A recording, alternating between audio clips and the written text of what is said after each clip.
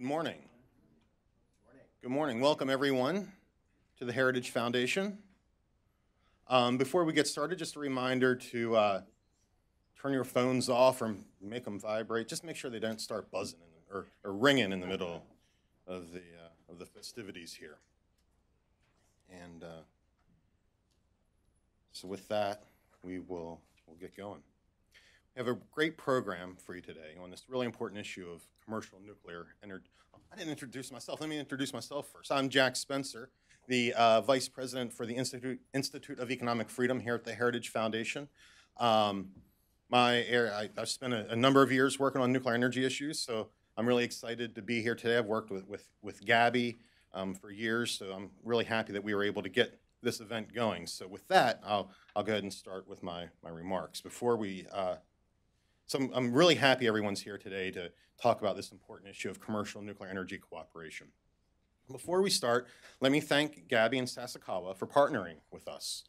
Specifically, I want to thank Al-Anon and Ambassador Zumwalt for co-hosting with me this morning. I want to personally welcome both organizations to Heritage. I hope the success of this event leads to other future ones. I'll keep my remarks short, as you'll hear plenty from me on the first panel. Let me first acknowledge what brings us here today. I think to a person, we all want to see nuclear energy be successful. There's simply no energy source that's more abundant, cleaner, or more versatile. And it should be affordable. Not only can these attributes help us in the developed world, but can literally drive prosperity in the rest of the world. Despite this promise, despite billions of dollars of public and private money invested and spent, nuclear energy still struggles. What's the problem? Is it too much regulation? Too much government?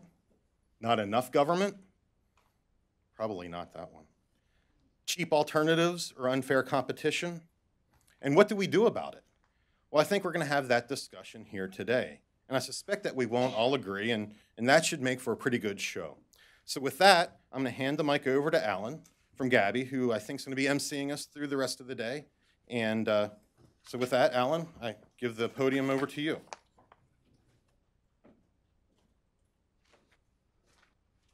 Okay, thank you so much, Jack, for that introduction.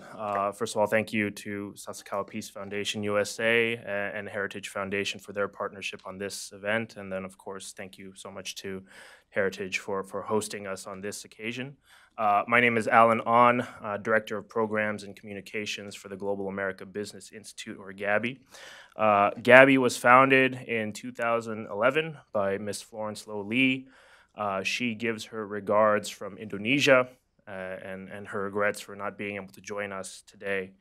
One of GABI's main missions is to act as a forum for discussion, education on energy issues, examining many of these issues from a global lens. For example, GABI has been hosting a series of trilateral meetings with high-level nuclear energy experts from South Korea, Japan, and the United States, to discuss opportunities for cooperation on issues such as spent fuel management, R&D, and advanced technologies. Indeed, when you consider the global scope and nature of issues such as rising world energy demand, the urgent need to limit, mitigate atmospheric emissions from energy production, the national security impacts from the health and robustness of international nuclear safety and non-proliferation regimes, I think it becomes more tenable to argue that international cooperation in nuclear energy is not just an option or an idea. It's something that's going to be absolutely vital going forward. Before we start our panel discussions, it's my privilege to introduce the CEO of Sasakawa Peace Foundation USA, former United States Ambassador Zumwalt, to make a few remarks.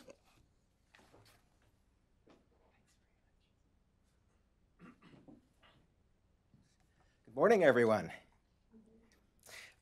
It gives me great pleasure today to come here and because at Sasakawa USA, we love partnerships. We think working together with other organizations provides a great way to advance our mission. Just briefly, a word about Sasakawa USA. We're a US-based nonprofit dedicated to strengthening US-Japan relations through education and research. And so we're very happy to be today talking about nuclear power, which is an area where I think the United States and Japan and others, Korea, France, and others, have some common interest in trying to figure out a way forward. A brief word about today's event and the angle of Japan. As you all know, Japan has a long history of using nuclear energy to enhance its energy security and fuel its economic growth. Unfortunately, the tragic accident at Fukushima in 2011, I was actually in Tokyo at the time and very much felt the impact of that tragedy. That brought the issue of nuclear power into question in the Japanese political system, just at the time when the nuclear industry itself was undergoing great changes. So the question for Japan is there a way to retain a civil nuclear power option in spite of these domestic and global challenges? Japan is an energy resource poor country with huge energy demand. And so the question for Japan is there a place for a civil nuclear industry in Japan?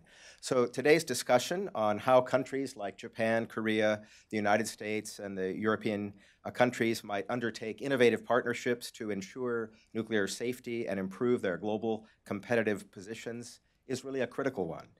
I think there's a long history of both government and industry collaboration amongst these countries in the nuclear energy area, upon which perhaps we could build a good future.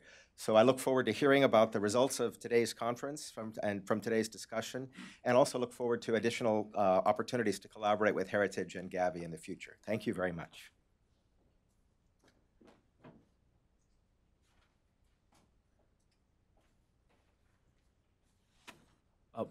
We'll go ahead and start the first panel. If we can have our panelists from the first session come up and join us on the panel table, that'd be great at this time.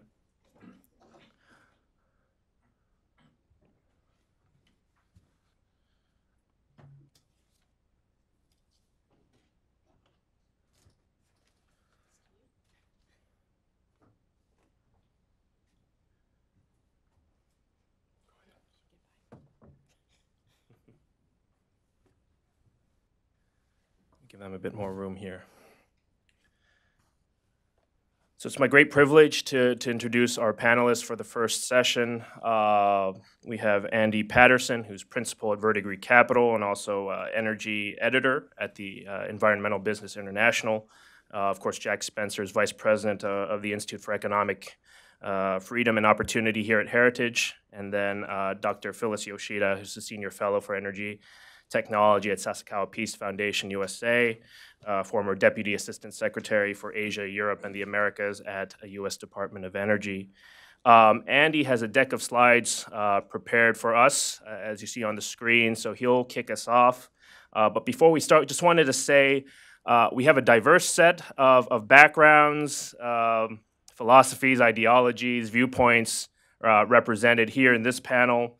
However, one of the things all of our panelists have in common is that they've devoted significant thought, analysis to this issue of international cooperation in civil nuclear, an issue that, considering the circumstances, I believe has been grossly under-discussed.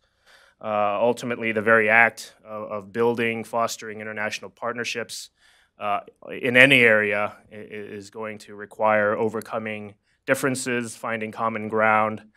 So hopefully we can practice what we preach here as we go through this panel. So Andy, please start us off, and then we'll go into the rest of the discussion. Okay, thanks, Alan. Can you bring the controller? Maybe Sure.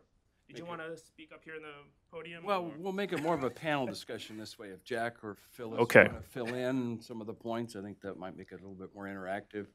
No, you might be afraid of what you asked for. Right. That's why we're here, Jack. All right, let's do it. We'll just nod yes and no. Right. No, I'm really glad Phyllis is here as well and the Admiral, of course, to get a perspective from Japan. I think that's really important to the overall dialogue. What Walter and I wanted to do, Walter's moderating the second panel, is just set the stage with some common understanding and some insight on nuclear energy, not just as a market, Jack, but as a global arena for competition. Okay. That's actually taking shape more as a political economy than a market-only phenomenon. So we'll get into that a little bit. Love to get your feedback. So, opening observations we might make are to address some of the drivers now in the global arena, particularly after Fukushima, and note that there are some competing forecasts about where nuclear energy is headed. Some just have it going out of business. Others, like IAEA, see a robust future for it. So the forecasts that are out there in the last couple of years are quite disparate. I'm sure the same is true in Japan. Yes. Phyllis, it's Totally.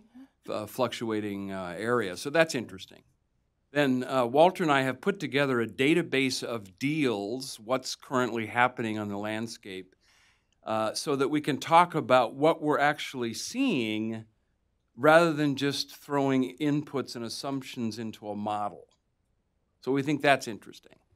I would note for Americans, I notice Dr. Cutler's here from the State Department, our U.S. sites are now less than 5% of the market globally.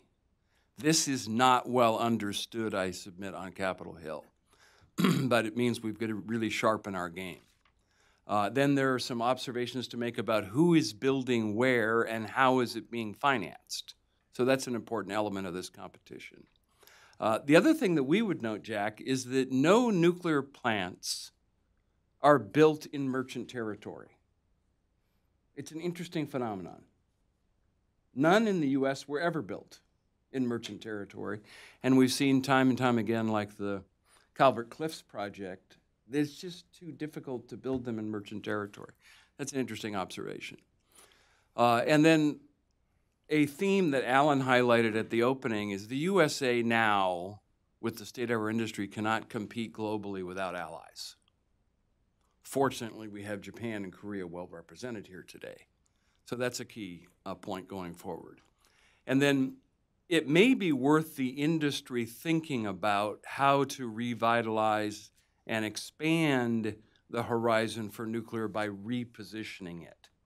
And some of that involves getting out beyond the power sector into chemicals, into fuels, into desalination, into resources. And so the recent MIT report that came out last week highlighted some of that advanced reactors can get us into some of those markets. And so the advanced reactors we submit are going to be critical to the U.S. position going forward. So those are the opening observations. One of the things that we noted in taking a look at the landscape is how much urban areas and cities are really, we would submit, the #1 driver for nuclear energy going forward. Cities as off-takers that require power and increasingly are using electric vehicles, not just cars but buses, need to charge those vehicles overnight. And you're not going to do that really with solar and wind. So cities are going to be an increasing driver for nuclear energy and have been, particularly with the boom in Asia. They're now 60% of global GDP, according to the new McKinsey report. Top 600 cities in the world are 60% of global GDP. And that's going to continue to be the case. In fact, two-thirds of electricity growth will be those cities in Asia, while electricity growth in Europe and North America is virtually flat. The advanced economies basically have peaked. And so that's another driver, is the electrification in the developing world, the middle tier in particular, and for those urban demand surges that are going to unfold in the next 20 and 30 years. In fact, this is something we lose touch of in the United States pretty easily. These are pictures, just to take two representative cities, of Shanghai in 1990 and Shanghai in 2015, just a span of 25 years, and likewise in Mumbai. The scale of urban development, particularly in Asia, is unlike anything we're seeing in Europe or North America. Yes, we have LA, New York, Chicago, London, Paris, but those cities essentially are growing very slowly now. versus in Asia where the growth is going to become an increasing driver. And China alone is going to have 100 cities with 1 million people by 2030. It's a staggering number, 100 cities with more than 1 million people. Just to take a benchmark, this is where we were before Fukushima. The Admiral referenced Fukushima as a benchmark. And so you can see that the P5 countries still run the majority of the fleet. At least they did in 2010. That's still the case today. China, India, now Britain are making the most investment. Phyllis, I'm hoping you can tell us what's going on in Japan in terms of turning the reactors back on. That's going to be fascinating to watch. And Japan is obviously active overseas, bidding in several countries. So they and Korea are natural allies for the U.S. In terms of growth going forward, again, here's where we are in 2010 in terms of the global fleet. You can see the dominance, really, of the OECD, the advanced economies in 2010. But if you just roll forward by 20-year increments, this is what we expect 2030 to look like, and this is based on the latest IAEA projection that they unveiled last month in Vienna. So you can see the growth in Asia, static really in North America. Europe probably declines as their fleet gets older, just like we're facing some vulnerabilities as well. And then here we are in 2050. So it's kind of obvious what's going on in terms of the growth and the shift of the arena outside the United States, and we've increasingly lost touch with it. Again, dramatizing the importance of alliances with Japan and Korea. They are there. And so that's a really important aspect of what we need in allies, is feet on the ground over there. And again, here is that same kind of map with looking at population growth. So you can see now a fit between the projection in 2050 that IAEA unveiled and where the population growth is going to occur. Only Tokyo represents a declining population, but they're still active in the export game in addition to dealing with their domestic fleet now and turning that back on. So if you take that cluster in Asia and South Asia, when we cross the point of 7 billion people on the planet, half of them are in that small circle in Asia. 3.5 billion people are in that concentrated group of dots of population versus the rest of the planet. This is the other big driver that we really don't have a good clue about in the United States because we conquered a lot of our pollution problems coming out of the 1980s. But in in India and in China, 1 million people per year in China and 1 million people in India die prematurely. 1 million people each year because of basic hazardous air pollution, particulates, SOx and NOx. Those numbers are inconceivable in the United States and Europe. And yet it occurs every year in China and India.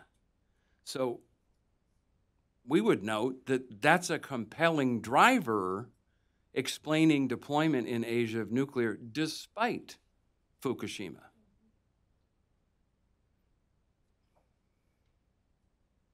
Electric vehicles are going to come on faster in Asia than they will here. Buses are much more common in these Asian cities. Korea is a leader in electric buses. Yeah. And that market will only expand. I mean, Japan is obviously active with batteries as well and in the vehicle market.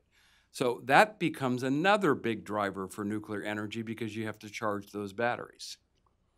Charging them with coal kind of defeats the purpose. In the United States, then, what I would bring to the argument, Jack, is that national averages, national cost numbers for wind and solar really disguise what we describe as severe regional differences. Sure, solar and wind are cheaper where you can get it. In Maine, New England, not so much. Placing the wind, dealing with the transmission right-of-ways becomes a problem. And so when you actually look at the map, 80% of the wind in the United States is west of the Mississippi. 80% of the nuclear is east of the Mississippi. And so the conflict zone is in the middle there around Chicago, where wind that's subsidized blows at night, is displacing nuclear so that it doesn't earn any revenues for 5 or 6 hours a day. And so those plants are vulnerable because of those subsidies and the wind blowing at night. So wind and solar, we would submit, are still regional solutions, not national solutions. So we don't buy into the argument that wind and solar are cheaper, therefore we don't need nuclear. You have to look at it geographically. Here's the current market share, if you will, of the different fuel sources. And it's obvious that while nuclear has been stable at around 20%, gas and cheap gas is eating coal's lunch, almost 1 for 1. In fact, we're seeing coal plants being taken down and natural gas replacing it. What's interesting is that with all the investment that we've seen in solar, 50% of it is accounted for by just 4 states, and it's grown tenfold all the way from 0.1% to 1% of our electricity now. It's just very hard to get solar to register in a lot of places because it only runs or operates about 20% of the time. DOE came out with their forecast going forward for the United States and showed an alarming possibility of a decline, in part because of the vulnerability. NEI, Ted, has been on top of this in terms of the exposure of the fleet to early retirement.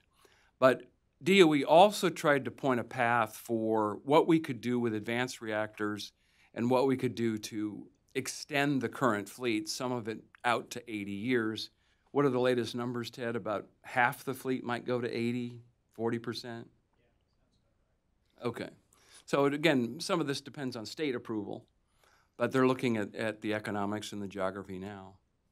This is the other point that DOE highlighted in their meeting with the states last November. They said the advanced reactors, in Japan and Korea are both working on this, give you a number of different options that the current light water reactors don't because of the higher temperatures and some of the configurations. You can make fuels, you can do chemical synthesis, you could co-locate potentially desalination, which is a big issue in Asia and certainly in the Middle East.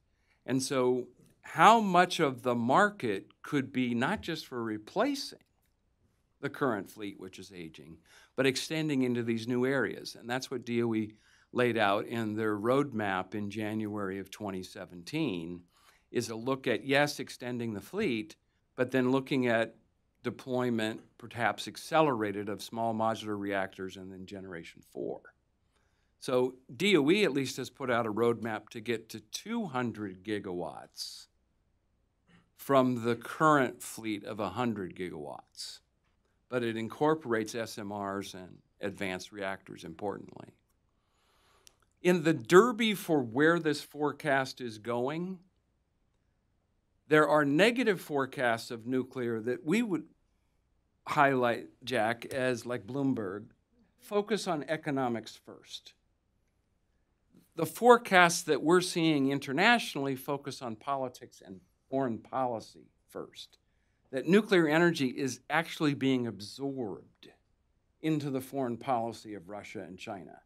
It's not an economics first decision like it is here. And so that changes the outlook for what nuclear energy could be going forward. And so if you take the Bloomberg New Energy Finance forecast, it shows a dramatic decline in nuclear. And they identified when they rolled this out a few months ago that this is a least cost optimization forecast, economics only. Nuclear is too expensive, wind and solar are cheaper. They really didn't pay attention to siting in terms of wind and solar. Therefore, you get lots more wind and solar and not so much nuke. We think that's naive or incomplete relative to the full balance of factors that are really at work with nuclear. And so this is what DOE said. There's actually increasing interest in nuclear, and much of it is politically or resource-oriented or energy security-driven. So we would throw that factor in there for you to comment on, Jack, is what does nuclear mean for a country's energy security?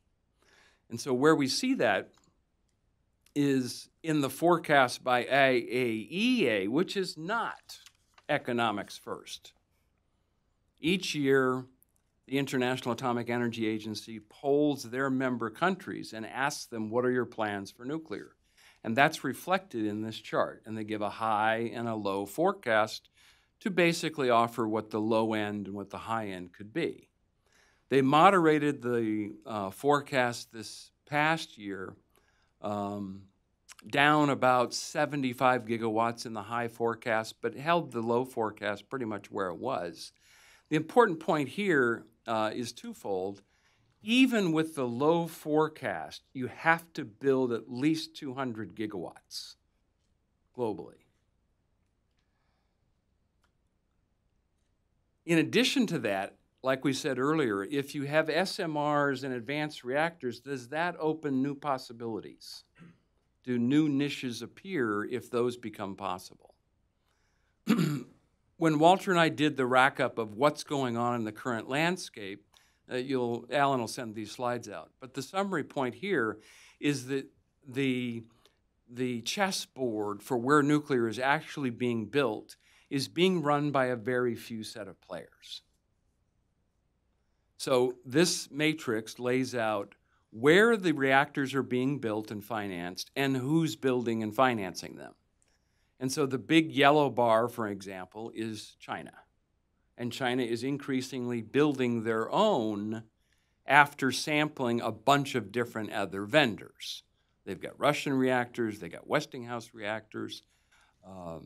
They've been kind of surveying the field in terms of technologies, and now they're building their own and selling a couple of those to Britain. So China's become very aggressive.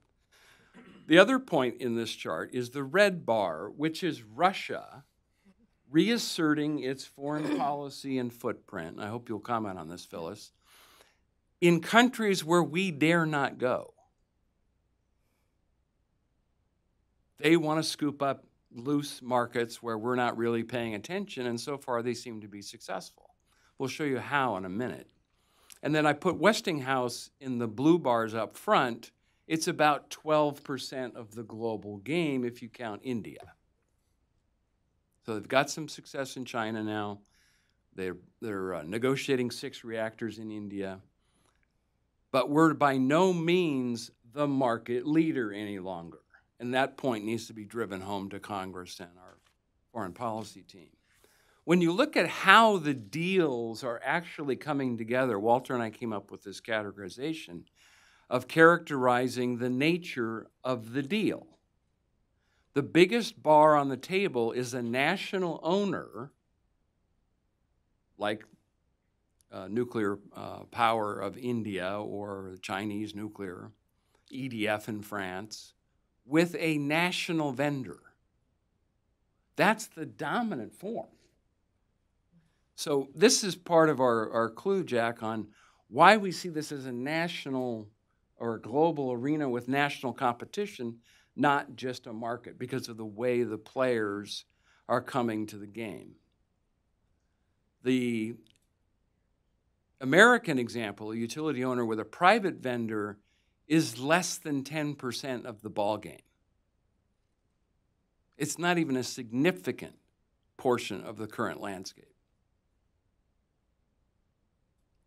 So just to wrap up then, this is the way that we see reactors being sold.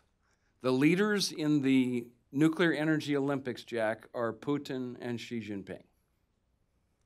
They've taken the dominant share, and that's why we need these alliances, Alan. One of the ways that they're doing that is this One Belt, One Road initiative, because China's going to use that to build 30 reactors along that belt. What's interesting is, in essence, they've partnered with Russia to build reactors along the sea route. So here are the Spratly Islands. China is taking territory by building artificial islands, contracting Russia to provide floating reactors on a couple of them, to basically take control of the sea lanes over which they're going to import and export a lot of product and fuels over the next 3 decades. Increasingly, the sales are being done by national leaders. Here's a collection of them. That's Xi Jinping and the major deal in Britain, upper left, Abe with Erdogan in Turkey, Macron with Modi in India, Perry in India as well. We've done some follow-up there. This is Putin with Sisi in Egypt. Likewise, Putin with Modi and Putin with Erdogan in Turkey. What was interesting at the World Cup is Mohammed bin Salman, lo and behold, ended up in the skybox with Tsar Putin, and we're speculating that they discussed a little bit of nuclear in between free kicks. This is really an illustration then of that broader market where you see the water stress, and you see in the case of Egypt that they're going to lose 1/4 of their fresh water to Cairo over the next decade because Ethiopia is building this huge dam. So Russia sees this. They're building or offering an 85% financing deal to Egypt to build 4 Russian reactors, and they're going to secure one of the major shipping points for China's One Belt, One Road initiative, up the Red Sea lane, through the Suez Canal. And so this is that map where you see China exploiting the One Belt, One Road concept to take advantage of their geographic extension and build reactors along that route. Russia is building reactors at several of the port points for securing those sea lanes. And did any of you hear the NPR story yesterday or this morning about China taking over Piraeus? This is a big NPR story in the last 2 days. China's invested in 12 European ports over the last 6 years. They've taken control of Piraeus. This map helps explain that. Piraeus is obviously a gateway into all of Europe, and having the Red Sea secured by Russia, again, using some of these nuclear plants as a presence, further enables that gigantic trade strategy to unfold with direct access to the Mediterranean. In fact, here's their gambit in Britain. When France and the UK had to go to China to get equity investment for Hinkley Point C, China responded, said, sure, we'll put in 1/3 of the cash, and you're going to give us Bradwell and Sizewell to boot. That's hardball negotiation. They're using nuclear in their foreign policy. We're not doing this, at least that I can tell. I'd love to hear different. And so lastly, the whole nuclear game is unfolding as much more than power. It's desal, it's electric vehicles, it's transport, it's potentially chemical synthesis. And life support systems becomes a bigger value-added proposition in terms of what nuclear can provide a burgeoning global economy bent on development. That's a different picture than we're typically familiar with here in the United States, but China and Russia are teaming up in this global arena to take share. So therein, I would submit, Alan, Jack, Phyllis, the imperative for America seeking alliances. All right. Okay. Can we comment, Alan? Okay, Comment on Japan? we're chomping at the bit here, I think. Let me just scale things back momentarily and maybe go back to maybe a more fundamental but important question to all of this.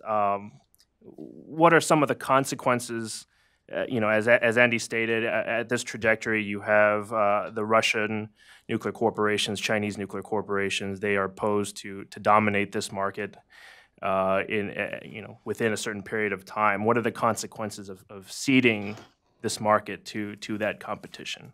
I can't answer that, Alan. We just heard a big, long presentation. I got to respond to it. So Have at it. this is my organization. I know you're the moderator, but I'm going to go ahead and just say a couple of words, if that's okay. Please. Thanks. First of all, forecasts are bogus. Anyone who believes any economic forecast, it's at your own peril. Look at any IEA forecasts from 10 years ago, and you will see they are all wrong. Look at any forecasts for nuclear energy from 10 years ago, and you will see that they are all wrong. Whether this is because of political considerations, economic considerations, or whatever considerations, all economic forecasts are all wrong. So put them all to the side and forget about them. Secondly, to the extent that we're going to rely on government to drive technology forward is the extent to which we will be having the same conversation that we're having today that we had 2 decades ago in 2 decades, because we stay in the same box. It's a losing box. Governments don't drive technology forward. They create straw men and say we need to do this and that, and then the technology stays right where it is, which is right where we are, which is right where we were. Thirdly, we too quickly conflate government and industry and whose role should be what. And the result of this is a policy mishmash that makes no sense, has no long-term direction. When we talk about this, I'm guilty of it as well, whether it's in trade or in nuclear, of states engaging in these things. And it's true, certain states do engage in commercial activity, but we can't think about this just as the U.S. versus China. It's companies who are doing these things, and we need to think in commercial terms. We can't ignore that. Otherwise, we're just not going to get to a good spot ultimately, and be able to break out of this box that has kept us where we are for decades, literally. Secondly, I was asked specifically about the economically, nuclear will make it. Oh, do we want nuclear energy? Do we want to be a leader don't we want to be a leader in the nuclear energy industry? We do, but not if it's not if it's uneconomical. You don't win any long-term games by leading in a uneconomical activity. Now, don't mistake any of my words as being anti-nuclear. I'm not. There's a whole nother discussion about how to make us economical. But if we're going to stay in this box, and if that's the game, it's a stupid game. We shouldn't be playing the game. Look at these people, these dictators. They're the ones who are leading this game. That's not a game I want to play. If the totality of the value of nuclear energy is as a foreign policy tool, then it should be treated as a foreign policy tool. And let's not pretend that there's any economics about it. Remember what Adam Smith said in his invisible hand. This might not be an exact quote, but I'll paraphrase it to fit what I think about it. Adam Smith told us about the invisible hand. I'd look at it more as a fist. And you can ignore that fist, but eventually, if you do, it's going to punch you in the face. And that's precisely what will happen is if we continue down this path of shoveling more public money into a nuclear industry within the box that we have now, under the assumption that we need it in order to compete with socialists, communists, and dictators. We won't win a socialist, communist, and dictator game because we ain't socialists, communists, and dictators. So my proposal or my supposition is don't play that game. I don't want to win that game. Let's redefine the game. Let's look at what nuclear energy is. Look what the problems are that have kept it from fully blossoming into what it should be, and let's play that game. And then we can compete with anyone, anywhere, if it's worth competing for. I'm sorry. Thanks, Alan. That's all right. Okay. I get to add. Sure, please. Chime in, Phyllis, please. Right, maybe taking it in a slightly different direction. Let me answer your Japan question first, and I know Scott Campbell this afternoon, or on the second panel, will add a little bit more. Last time I checked, there were 8, almost 9 reactors back up and running. It is, in my opinion, unlikely that they'll ever account for more than about, 12 to maybe 15% of Japanese energy again. And that's maybe on the high side. METI's roadmap is that it should go up to about 22%. We'll wait and see. But that all comes back to why I think Japan and the U.S. must cooperate. And it goes back to really the political economy points that you were making a few minutes ago. Cooperation takes many forms, and Japan, in terms of civil nuclear, in terms of sort of the government R&D piece of it, is the U.S.'s oldest partner. The Atoms for Peace program that President Eisenhower started, the very first country to sign up was Japan. And the reason they signed up was really for energy security purposes. It's a country that has to import nearly all of its energy. Right or wrong, nuclear was seen as a semi-domestic resource that would hopefully, if you ever got to breeder reactors, et cetera, would help really ease that energy security worry. The other reason that has been, and we've cooperated very closely with Japan over the years in terms of nuclear, governments, we'll start with the government side, is really the leading role that Japan and the U.S. working together have taken in leading all sort of international organizations related to energy, be they IEA, NEA, IAEA. And together, I think having like-minded countries involved, and increasingly also Korea and, of course, pieces of Europe, really leads to a group of countries that treat safety, environmental, and non-proliferation problems as serious and in the same way. What worries me a little bit about Russia and China, sort of running the commercial market, is that without a strong presence from OECD countries that take safety, environment, non-proliferation very seriously, that increasingly they won't, perhaps. I mean, certainly everyone understands that, as we saw with Fukushima, we saw with Chernobyl, et cetera, that an accident anywhere is an accident everywhere. But that does worry me, and I think the very strong partnership that U.S., Japan, France, et cetera, have had together has been very important. Going forward, I think it's unlikely, and this is my own personal opinion, that Japan will build any new large commercial reactors. The will isn't there. But there is an opening, and I think we talked a little bit about this before, is that if we're not going to be competitive for economic reasons and shouldn't perhaps compete anymore in sort of large commercial reactors, again, being more of a science background, the way you do it is by innovating and running faster. So is there a whole new market of advanced reactors that we can sort of take the market back with, that are more market-driven? Smaller companies perhaps don't require that huge amount of financing that would actually solve the problems of a lot of those countries in Asia and elsewhere that you put up. So I'd throw that out there. And there is some sentiment in Japan starting to look at that option. Not just continuing to export what they have exported in the past, even if they're not going to build them at home, but to really leap into that those next generations of nuclear. And again, going back not to the point where it's eventually, hopefully, that a lot of little companies have started and are actually starting to get out there with SMRs, but that joint research piece that comes before all of that, it's really important to tie the intellectual capital of, like-minded countries, again, together to move faster and to maybe retake some of that market. I don't worry in some ways quite as much about all of those numbers of plants that you see China and Russia out there offering. A lot of them probably will never come to be.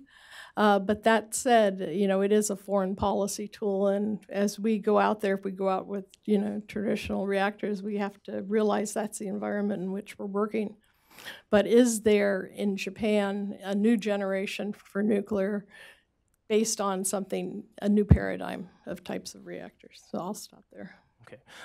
Jack, going back to some of the comments that you made earlier, and this is a question primarily for you, but Andy and Phyllis, please feel free to interject and respond. You know, you have Russian nuclear corporations, Chinese nuclear corporations, not necessarily corporations as we might understand that term. In some sense, they act, you know, essentially as arms of their respective national governments. And this is what the U.S. private sector is up against. You know, it seems as though U.S. industry is in desperate need of, to borrow a military term, force multipliers.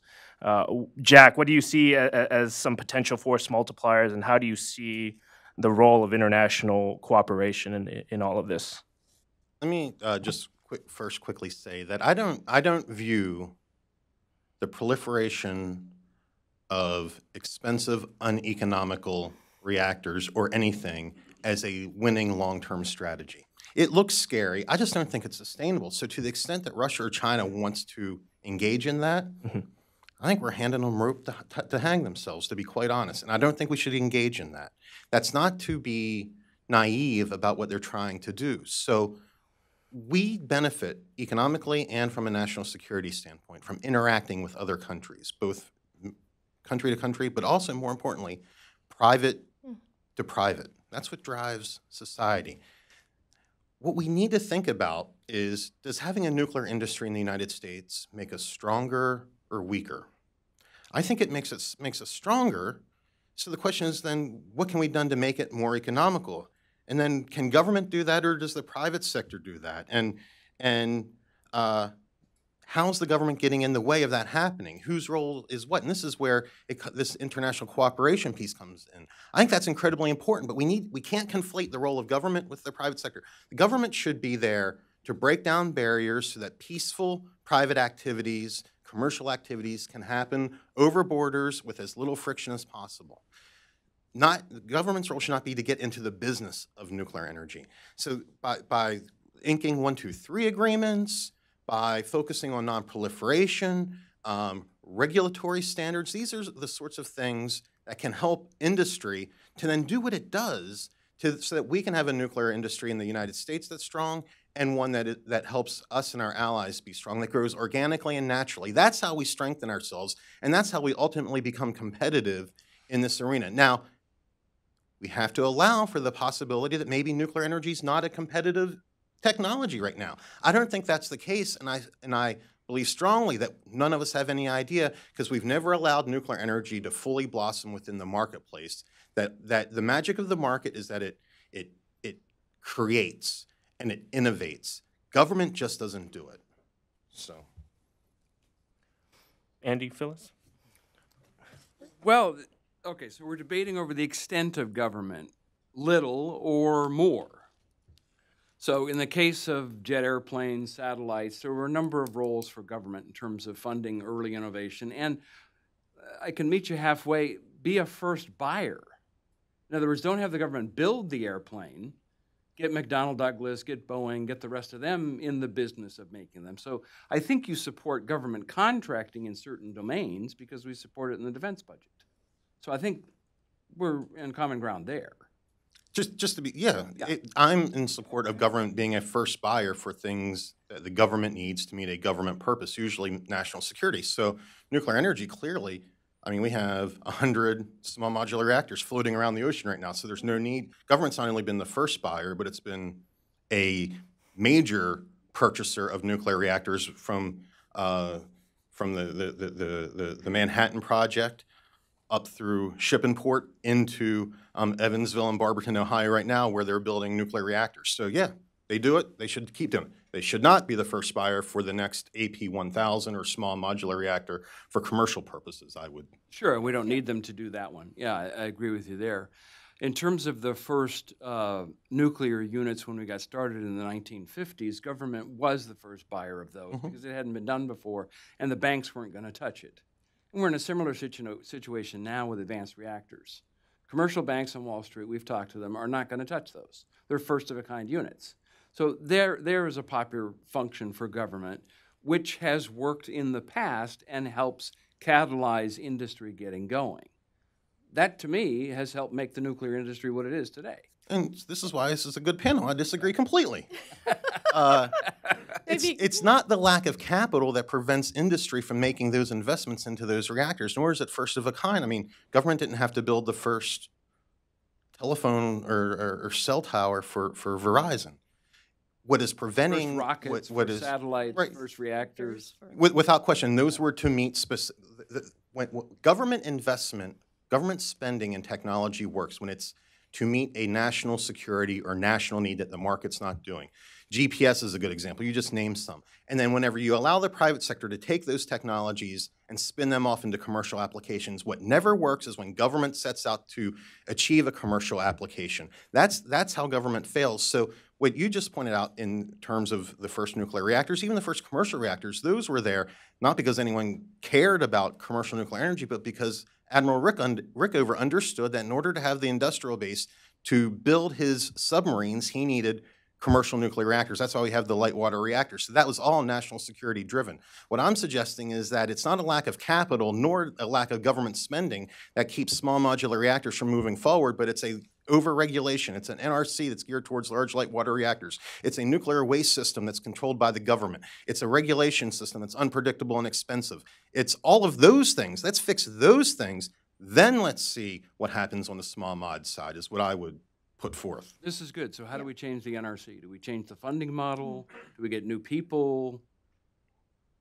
How do we get those barriers out? I think those are all interesting questions that should be the subject of debate. I think that this isn't, heritage speaks with one voice. This isn't established heritage policy. I'm just thinking out loud. That's what we want to hear. Yeah. So one, a model that I think would be interesting in NRC is to allow folks out of the NRC process altogether and to have an insurance-based situation where you forego NRC regulation, you also forego Price-Anderson protection, and you go out and get insurance that's attached to the liability of what you're doing, and you go out and build a reactor. Someone like a Bill Gates who wants to do this might be able to operate in an environment like that. Or some variation thereof where you have to go back to the future a little bit, where you don't have a one-stop shop for nuclear reaction, but you have nuclear commercial development, but you have a pay-as-you-go model where you're building and your NRC's building the expertise as you go along. I think there are different options out there. And yes, the pay structure I think is completely broken at NRC. I think getting NRC out of the oversight or the application of regulation business would be an interesting thing. Yes, NRC can establish the regulations. Why can't private parties compete for actually doing most of the work for the regulation and competing for that? There are a ton of things that we can do. I don't think Congress would allow that. Yeah. Well, I mean, Congress is a bunch of crony big spenders who can't run a business, much less a country. So that's true. But if people like us who debate these things publicly build up demand for this, then you can push Congress. I mean, they do crazy things all the time. They do crazy bad things all the time. Maybe we can get them to do a crazy good thing. Can we step back? Phyllis, sure. No, just one more, because we can have lots of, having been a career government employee for a long time and running many U.S. Government industry business partnerships, mostly for technology and science. I have a slightly different view, but not a totally different view. We wouldn't have SMRs out there ready for Bill Gates or other people to fund or to get insurance for if we had not had government investment into some of this, if we had not, provided facilities at Idaho National Lab, Argonne, et cetera, for very initial demonstrations, and then let the industry go forward with them. I hate to I hate to just interrupt. But I agree with that. I agree with that. Those are all part, though, of the national security apparatus. The development of those reactors were part of the national security or a national security function. So don't mistake what I'm saying is government should never invest in anything, although I might say that. But that's not what I'm saying right now.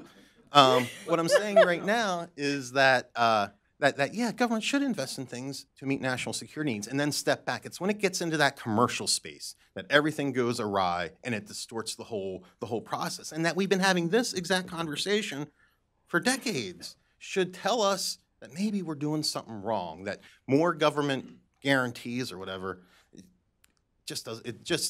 demonstrably does not work. I have to manufacture to innovate and innovate to manufacture. So Moderating this panel is a lot harder than I thought it would be. Ellen, we just keep talking. This is literally the easiest keep panel you talking. ever have moderated ever. Okay, let me see if I can try to find some common ground amongst this panel. It seems as though there's some relative optimism on advanced nuclear with all the panelists here. And certainly you all talked about how advanced nuclear might change some of the realities that Andy described about the market or the lack thereof. What are the opportunities for international cooperation in advanced nuclear? I think you have a lot of U.S. advanced nuclear companies. It's being led by the private sector, not the government here in this country. They would love to partner with manufacturers overseas. They would love to demonstrate, have test reactors in other countries where there are more favorable regulatory environment. Yeah, exactly. Canada being one. So I just wanted to get all of your guys' thoughts on that in particular. What do you see from Japan's perspective? I think definitely from Japan. Japan is a market economy most of the time, maybe not all the time. But I think a lot of those technical connections between suppliers and the companies are already there. What helps, I think, and is a role partly for government, maybe for labs, et cetera, that we haven't really come up to, is really maybe working on setting the voluntary standards and specifications for some of these so that they can get out faster and be interoperable. So. Jack, your thoughts on the advanced nuclear movement in this country and possibilities for partnerships internationally? I'm extraordinarily optimistic when it comes to nuclear. I mean, I've literally dedicated my career to it because I think it's so important. And the reason where I'm not as optimistic is the timelines. Look, I think we could be doing all kinds of cool things right now, but government gets in the way. The opportunity for international cooperation, I think, is what I was saying earlier, to develop the markets so that private industry can do what private industry does with as little friction as possible. I will say this: I was brought up the regulation and how to push down regulation. That's one of the reasons I think national regulation is so important rather than harmonization across countries, because that provides a countervailing deregulatory force against the regulation. That's one of the ways we can instigate change in Congress, is because a lot of people, we all are sympathetic to this narrative that we just heard, that there are these countries doing these things and we're losing. My problem with it is that I don't want to do what they're doing in order to play that game. But we can use that leverage to compel Congress to say, look, they're winning. We need to win at our game, but you're getting in the way. What we need is regulatory relief. And so that's an important role for internationally, because it's the international regulation that we can say, look, we need to regulate less than they do so that we can go innovate. And innovate more. And innovate more. Okay. I think we have... Do what we do best at, right? Use our brains. We'll turn to questions from the audience a bit later. We do have plenty of time left on this panel. I have some more questions for all of you. And Andy, you co-authored a report for Atlantic Council a couple years back with Walter Howes, who's the moderator for the second panel, on redefining global leadership in nuclear energy. In that report, you talk about some of the strategic considerations for U.S. industry in selecting international partners.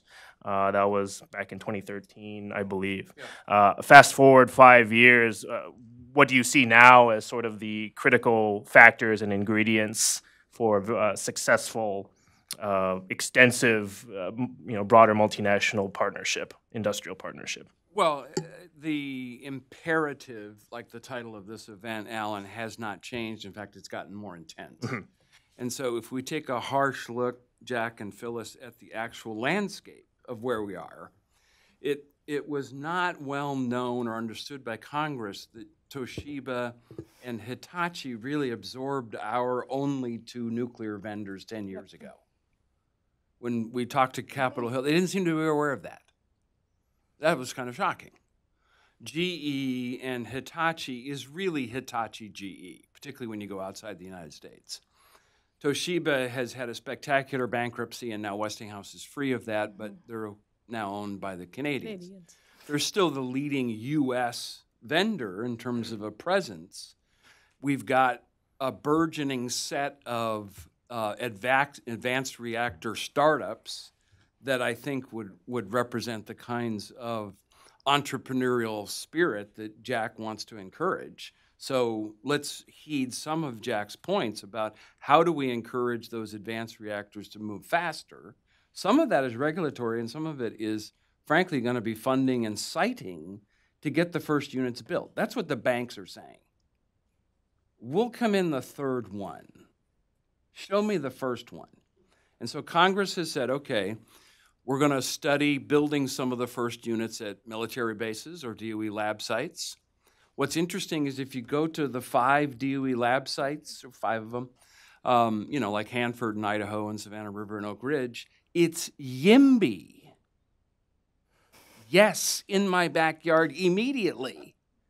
When you go to some of those communities, there's no NIMBY syndrome. They want the jobs. They want the high-quality technology that represents. And so citing, this perhaps could represent a form of regulatory relief, Jack, is that citing at these government sites is a useful function for government. Have industry do it. Get as much private capital mobilized as you can. But government citing is something that worked in the 50s and 60s when we first started this game. And it's, potentially a model that carries over when you go abroad, because in many cases, you're going to potentially build these on a military base overseas for security purposes. So there's a public-private partnership model that extends really beyond the United States, and one that we use successfully, I would submit, in the 50s. I would argue that for Japan, and others in the audience can disagree with me, but I think without a U.S. presence and a U.S. partnership with those Japanese partners, even if it is mostly Hitachi, et cetera, that the Japanese people are not going to want to go into advanced nuclear or go even, consider having nuclear again. Interesting. There's something that's, sort of creating that environment, and again, not lowering risk, but creating a supportive environment where people feel safe. Again, getting back to the fact that we really need those OECD countries out there leading in safety, nonproliferation, et cetera. Besides, that's part of the environment that needs to be created so that companies can take off, be innovative, and be entrepreneurial. But very often, without that sort of developmental government piece, and we can argue probably forever, and those of us who've been doing this stuff for 40 years have argued it for 40 years, where, how far up the line do you go in terms of government partnership and support? That's not the regulatory piece, but it's the developmental piece. But without, I think, some international partnerships among like-minded countries, we are going to lose a major partner in Japan. Europeans, French aren't doing all that well. Perhaps new types of reactors. Canada obviously wants to get back into the game, et cetera. But we really do need, it's not a world anymore where most research is done here. It's really a global world. Well, let me get to this point of, global governance. And as you stated, having the OECD, the U.S. continuing to have influence on safety regimes, non-proliferation regimes. There are those who argue that the U.S. does not need a commercial presence to have influence in those areas. How would you respond to that? Back in the 80s and 90s, when I used to try to convince lots of people that we actually needed to manufacture in the U.S., if we were going to retain, those research capabilities and the innovation capabilities. I would argue that if you're not manufacturing and you're not in the market, it's going to be very hard to convince Congress, others, to fund the work that needs to be done in nonproliferation, et cetera. Jack, you had something to... I mean, I Or generally I worry agree. that they wouldn't. Yeah, I Wouldn't be generally a agree with priority. that. But that's not the end of the answer for me. To me, like I said earlier, if the world is this state-run, expensive nuclear reactor world, I don't think that's sustainable. So I don't think that we need to build a state-run, expensive U.S. nuclear industry in order to impact that. I think that's a fool's errand. I don't think anyone, at least I don't think either of us think that. No, right? no one. I don't think anyone would articulate it that way, but I think that's the upshot of. And I'm not arguing anyone specifically is arguing these policies. I'm arguing that's the general thrust of the policy prescriptions that I see out in the world, in which I see. Instead, what we need to say is, how do we make the U.S. industry, or any industry, frankly, successful? And I think we need to go to the underlying structural problems that have made the industry what it is today, because it's problematic, and it is the regulation, it is the nuclear waste problem, it is a Department of Energy who decides which small modular reactor is going to get funding and starts funneling money towards that. It is all of those things that we need to question because they just don't work. So yes, we do need, in order for the U.S. to be influential overseas, we need to be doing it here. But the way we do it here matters. Going back to your point about the regulatory relief and those sorts of issues, I think you have a lot of advanced nuclear companies here in the U.S. As Phyllis mentioned, they're going to, I think they're already making the bet that things are not going to get cleared up here in the U.S. They're going to Canada to get their designs licensed, tested, demonstrated. A lot of these companies, U.S. companies, are looking at overseas markets as sort of the ideal places for their, initial units, partnerships with, manufacturers in other countries, Korean manufacturers, Japanese manufacturers. Some of these things seem to be happening organically right now on the part of a lot of the private sector, dealing with advanced nuclear at the moment. I don't know if you had anything to say about that. Perhaps not. Okay. No. It's going to come down to who builds the first units and are they successful. Right. And so, to some degree, in Jack's camp, it's going to be some of these privately funded efforts like TerraPower in China. China is also funding a high-temperature gas reactor.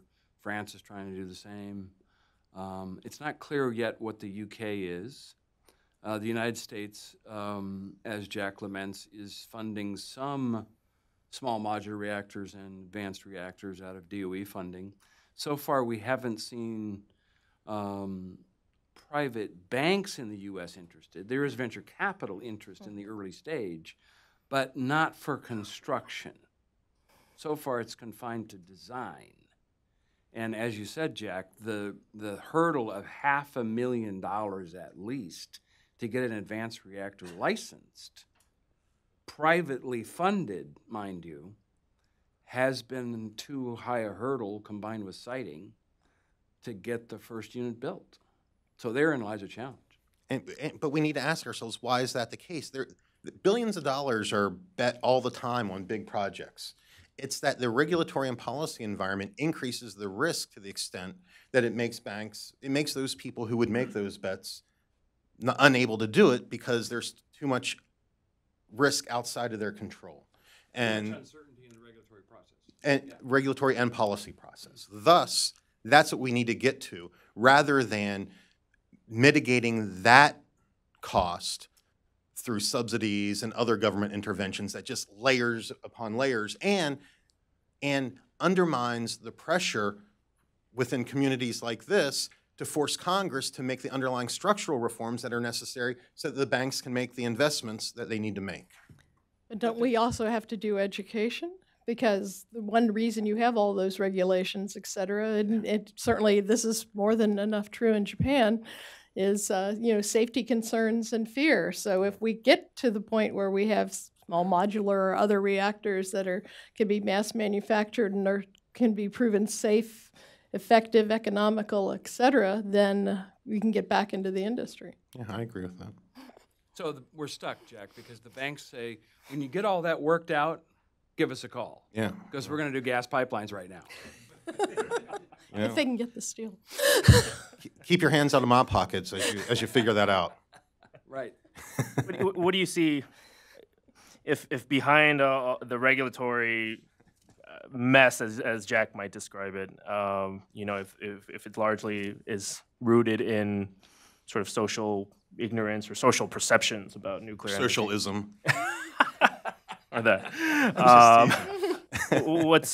Do you see the opportunity for advanced reactors to change that perception? I don't know what sort of perception change, if at all, is occurring in countries like Japan, with sort of these advanced reactors that are supposed to be inherently safer and immune to a lot of these accidents that happen. I think there's small groups starting to talk about Okay. it, but certainly across the board, it's not true. I don't know. We need another Atoms for Peace campaign that really talks about what you can do with safer nuclear reactors. Yeah, I mean, look where we were in 2005, 6, 7. I mean, people were generally okay with nuclear. People were excited about the nuclear renaissance. I think, Fukushima didn't help matters for sure, but it wasn't Fukushima that killed the whole thing. It was other stuff. I would argue it's these underlying structural issues that I keep coming back to. Plus But- cheap gas. But cheap gas, people blame cheap gas, but it's not a cheap gas problem. We've had cheap gas before. There's always competition. It's cheap gas in addition to all of these structural problems. So there is an education problem for sure, but I think we can overcome that with success. And look at this this story that came out last week that EPA is relooking at the radiation, how we regulate radiation. I mean, that's a huge step in the right direction, and that's something that the antis came out right away after. Now, it wasn't a big story, so it hasn't blown. I shouldn't say blown up. It hasn't trended. Thankfully, but that's the kind of regulatory reform that could really have real long-term implications and is part of this education process, because it was a lack of education that kept us tied Right. to antiquated notions of regulation, radiation regulation. Let me play the role of devil's advocate, and that seems pretty natural for this panel, I believe. Angels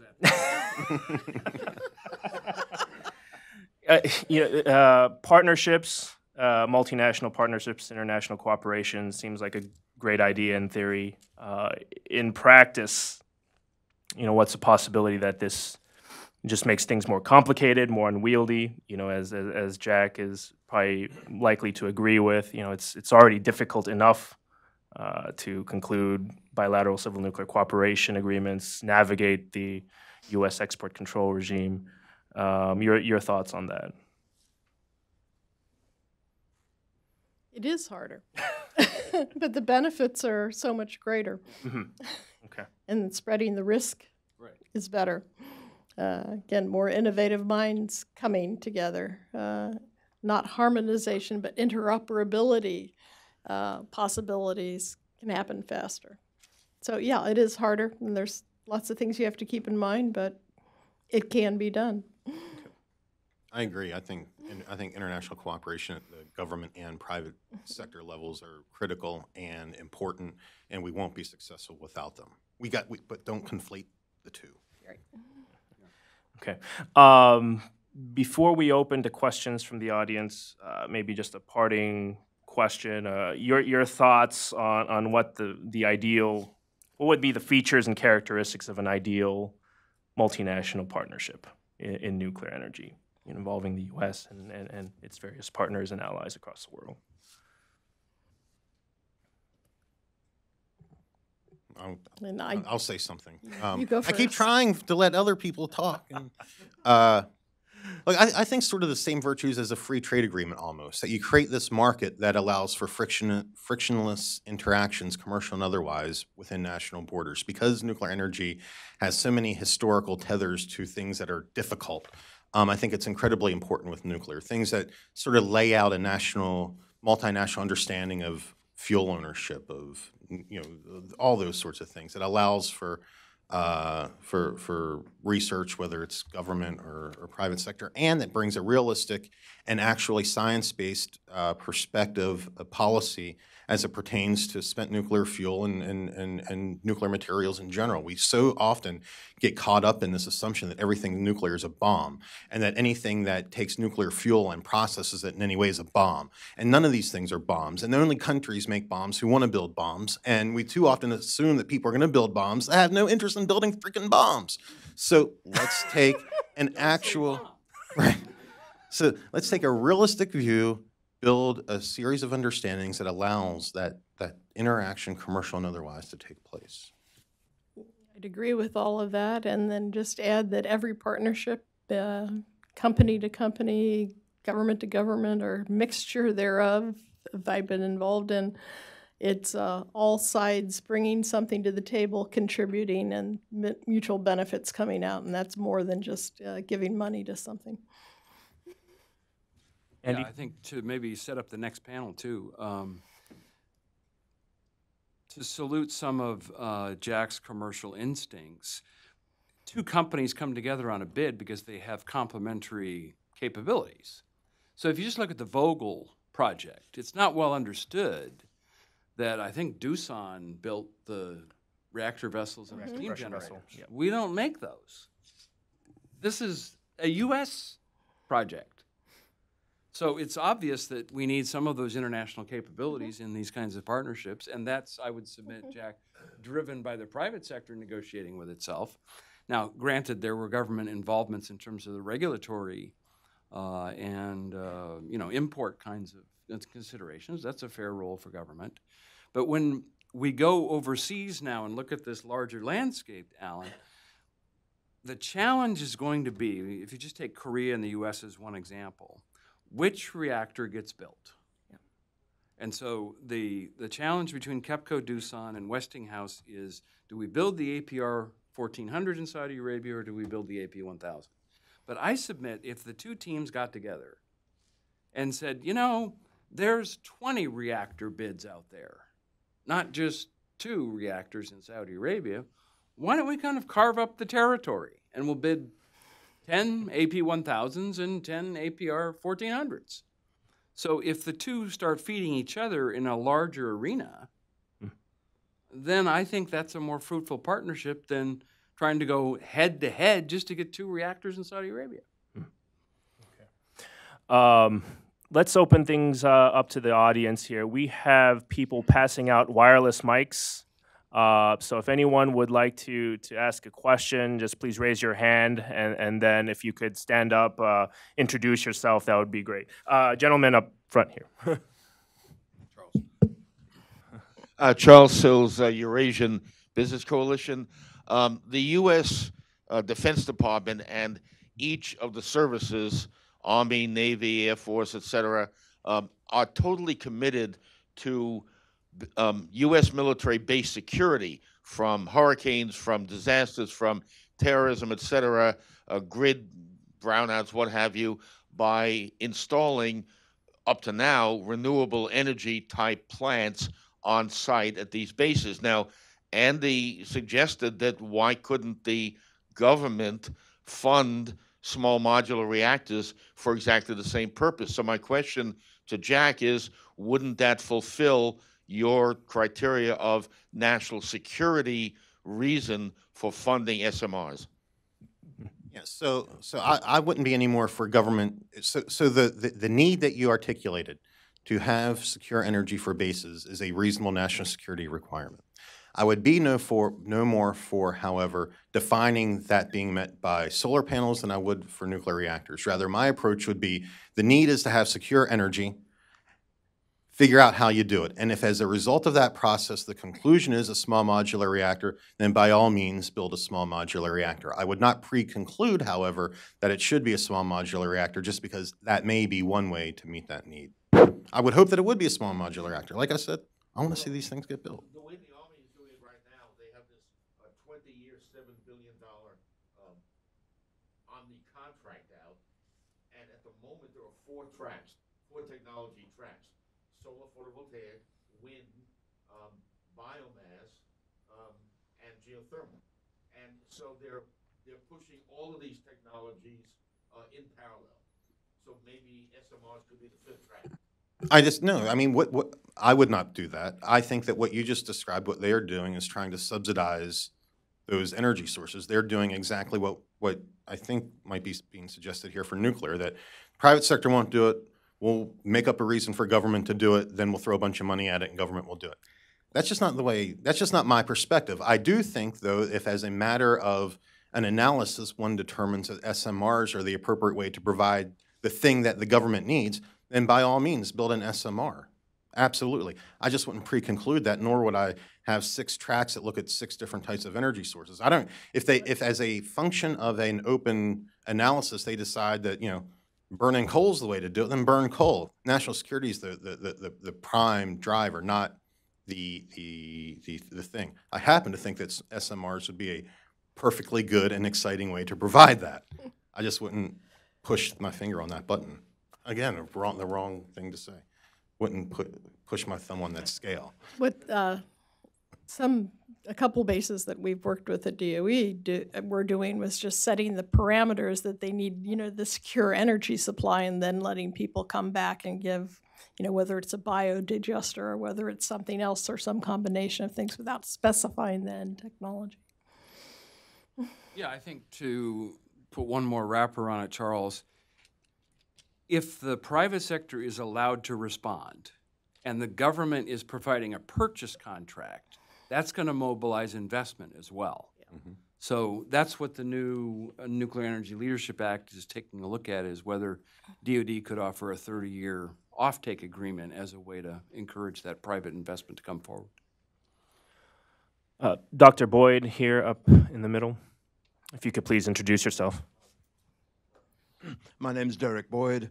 I'm a retired physicist. I was struck very much by Jack Spencer's point about the stagnation which has been going on for decades.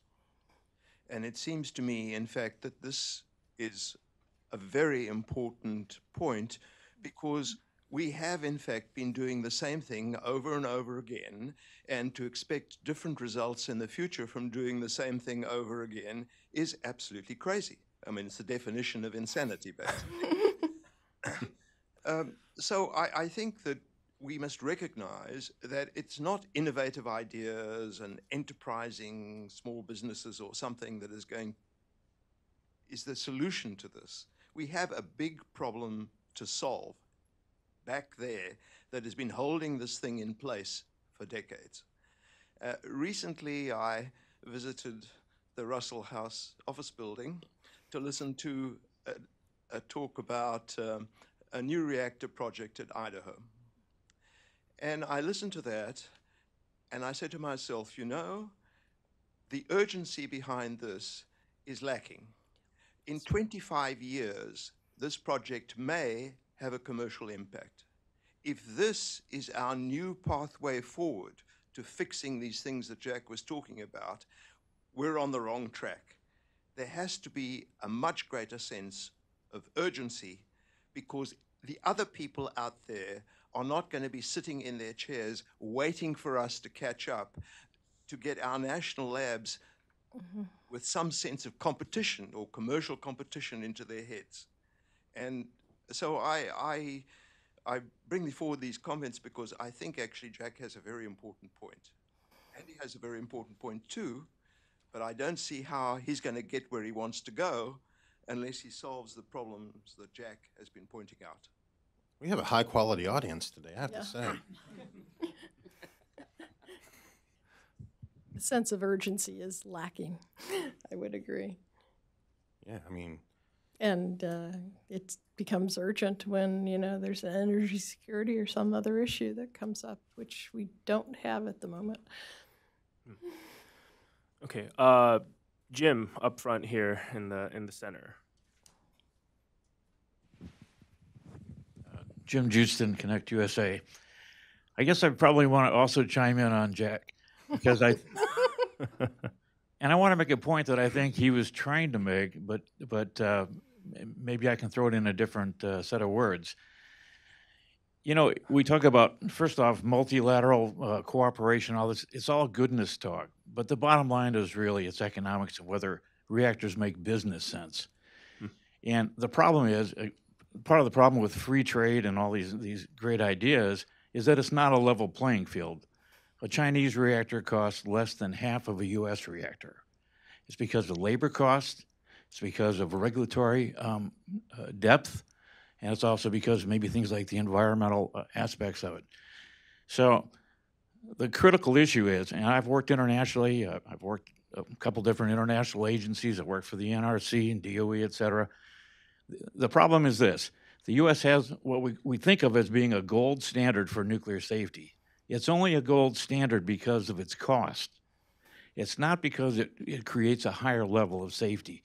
I mean, safety exists in many different forms. They don't all cost the same. So the key issue, which Jack was, I think, trying to address, is the cost of regulation. That's what's driven us out of the marketplace.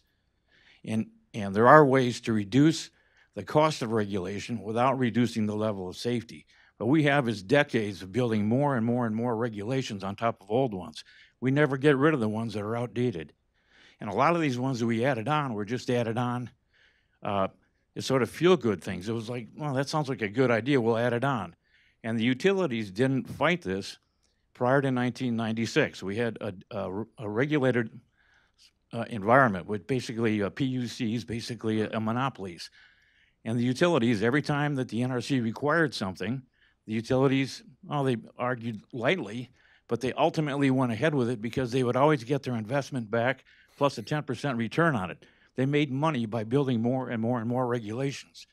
So over the years, we built this huge monument, this huge mountain of regulations, and we haven't taken any steps to reduce that. And part of the problem is, if you look for a solution, it gets back to this thing that I think Jack was hinting at, which is the administrative state, this fourth branch of government, which it's unconstitutional, but the NRC is the judge. They write the laws. They're the legislators in terms of writing regulations. They're the judge. They adjudicate hearings, and they're also the enforcer, the executive branch. And so maybe a step forward would be to try to break apart those functions within the NRC to create more checks and balances, give the industry, give the environmentalists an opportunity to challenge things, and to actually put some pressure on the commission to backtrack on some of these regulations that it's built up over the years. That's what I would try to suggest. You're getting back to the point I think that Andy made at the beginning, is no longer the same world where we have monopolies. I worked lots with auto industry over the years, and GM had a monopoly, so didn't need to pare back or do anything else until there was that competition. But obviously, we're not leading that competition anymore, so we need to act differently. Yeah. Well, the NRC has been attempting a modernization project. We're all skeptical about it and cynical about it, but we've got the boat turned somewhat in the right direction. When we built the last generation of reactors, though, we didn't place the funding burden as much on them as we do now with the 90%, 10%. So I think the funding model has to be changed for first-of-a-kind units. I think Jack makes a good point that the regulatory uncertainty needs to be taken out in order to mobilize private investment. If you got the banks in this room, it'd be interesting for you to host, a couple of banks on this question and have a negotiation with them, Jack. Say, okay, listen, we need $10 billion for these 3 projects. What's it going to take to get that $10 billion? Tell us what barriers to knock down, and we'll knock them down and have a negotiation. I think then maybe we could get at what Dr. Boyd is talking about, break some new ground, make mobilizing private investment the end point in terms of what our goal is.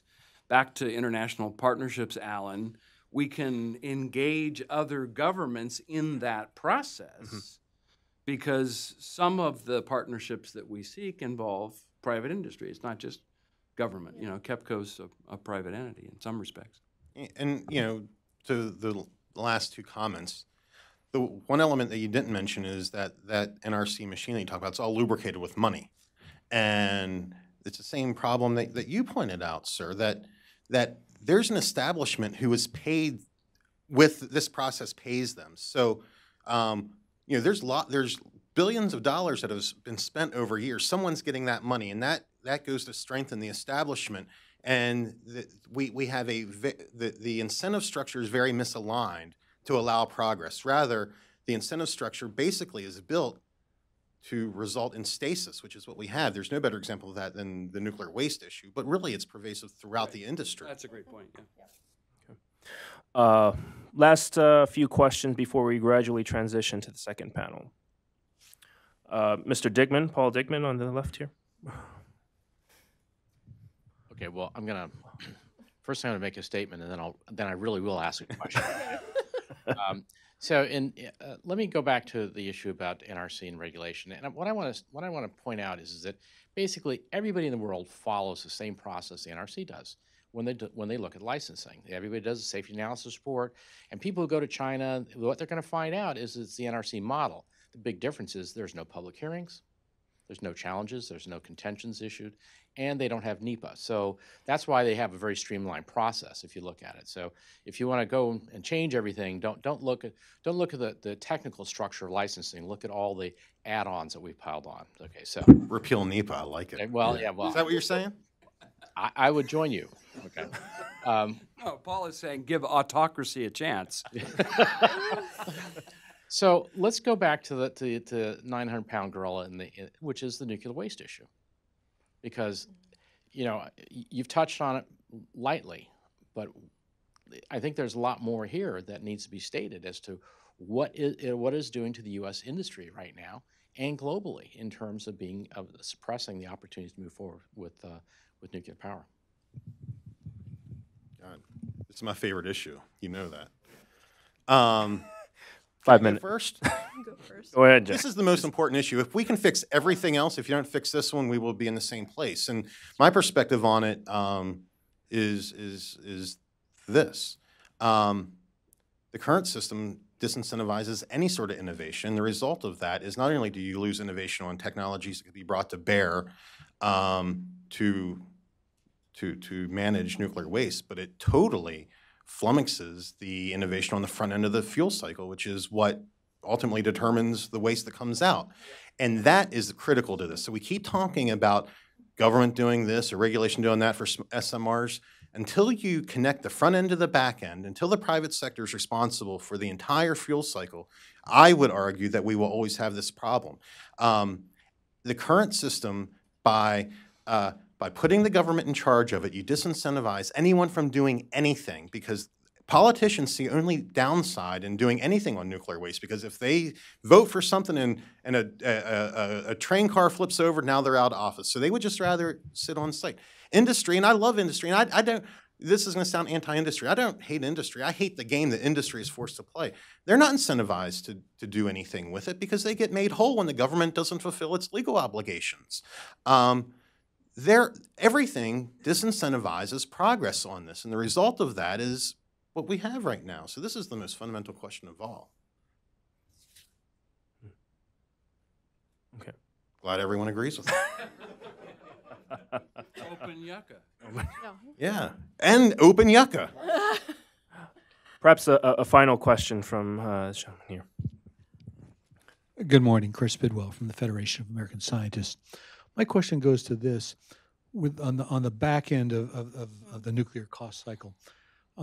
Right now, Fukushima is estimated, the cleanup costs for Fukushima estimates are all over the place, but $100 billion is a number that gets tossed around, and yet coverage in the insurance industry for that can max out at around 13, 14 billion. The United States and Price Anderson around the same. Incentivizing business going in the future and building more nuclear plants in the future, who's going to make up that gap, or what ways can make up that gap? The insurance industry, when I talk to them, says, well, we don't want to, we're happy with the cap where it is. We can sell a policy that fits within that cap, or sell a combined policy. Who does the cleanup when something goes wrong? And this particular problem with regards to Russia now, who's starting to look for financial capital outside of Russia. They used to do a self-contained refinance. Yeah. And now they're going to want to go to the bond markets to pay for this. Will this question come up in that discussion? So I throw that out there. Thank you all for your great panel.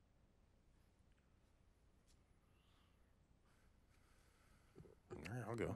It's, I think it's an important issue. I would not.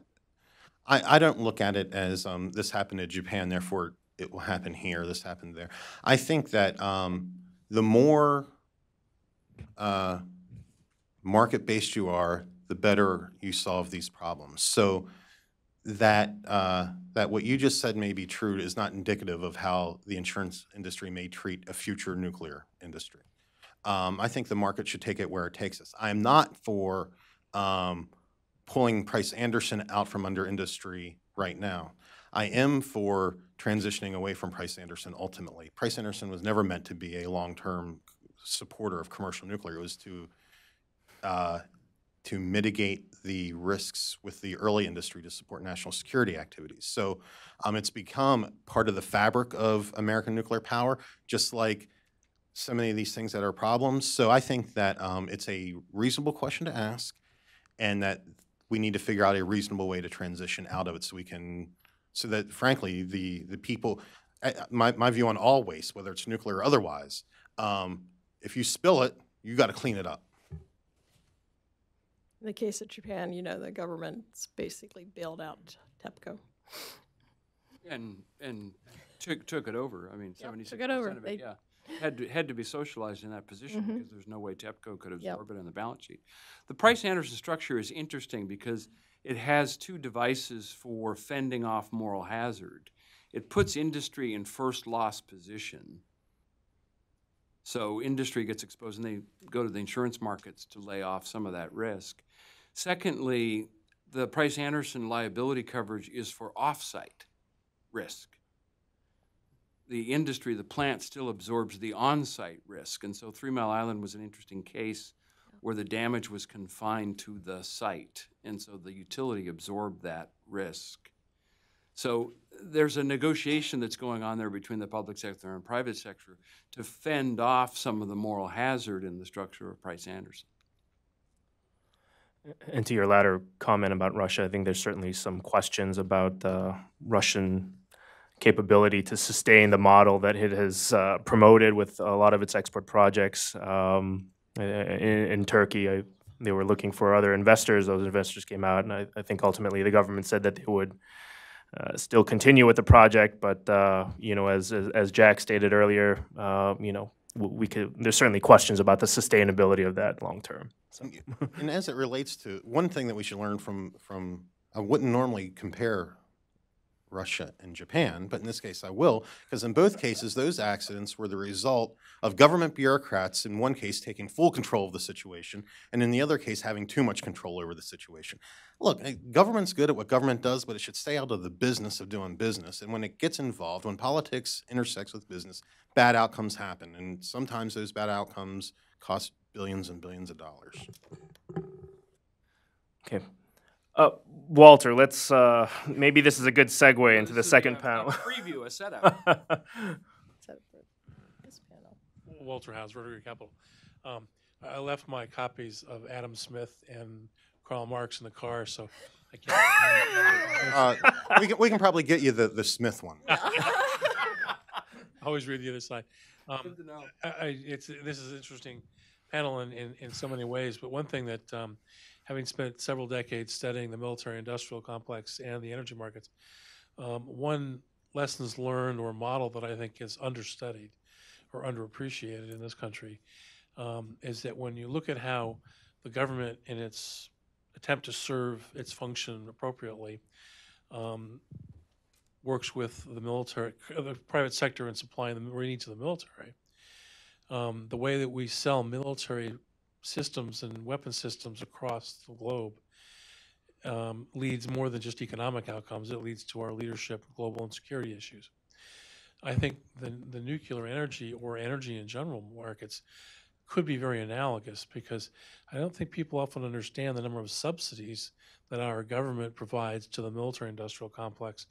It's replete with aids, parties, subsidies, cost of frails, competitions, et cetera, to spread our weapon systems across the globe.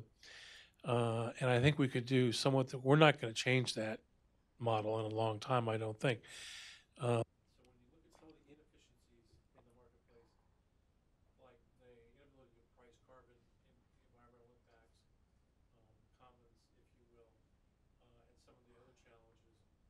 think there's some analogies for the energy markets that could be incorporated. And it's not the government versus the private sector. There's plenty of resources in the private sector. How can government, the light hand of government, best mobilize the incentives of the private sector to provide those outcomes, in my mind? And I think nuclear is stuck as the worst example of this for good reasons, but it's stuck in this mire of things that are inefficient. And the private sector trying to bring with SMRs and advanced reactors, trying to pull a few of those out of the submarines running around the planet and bring them up on land.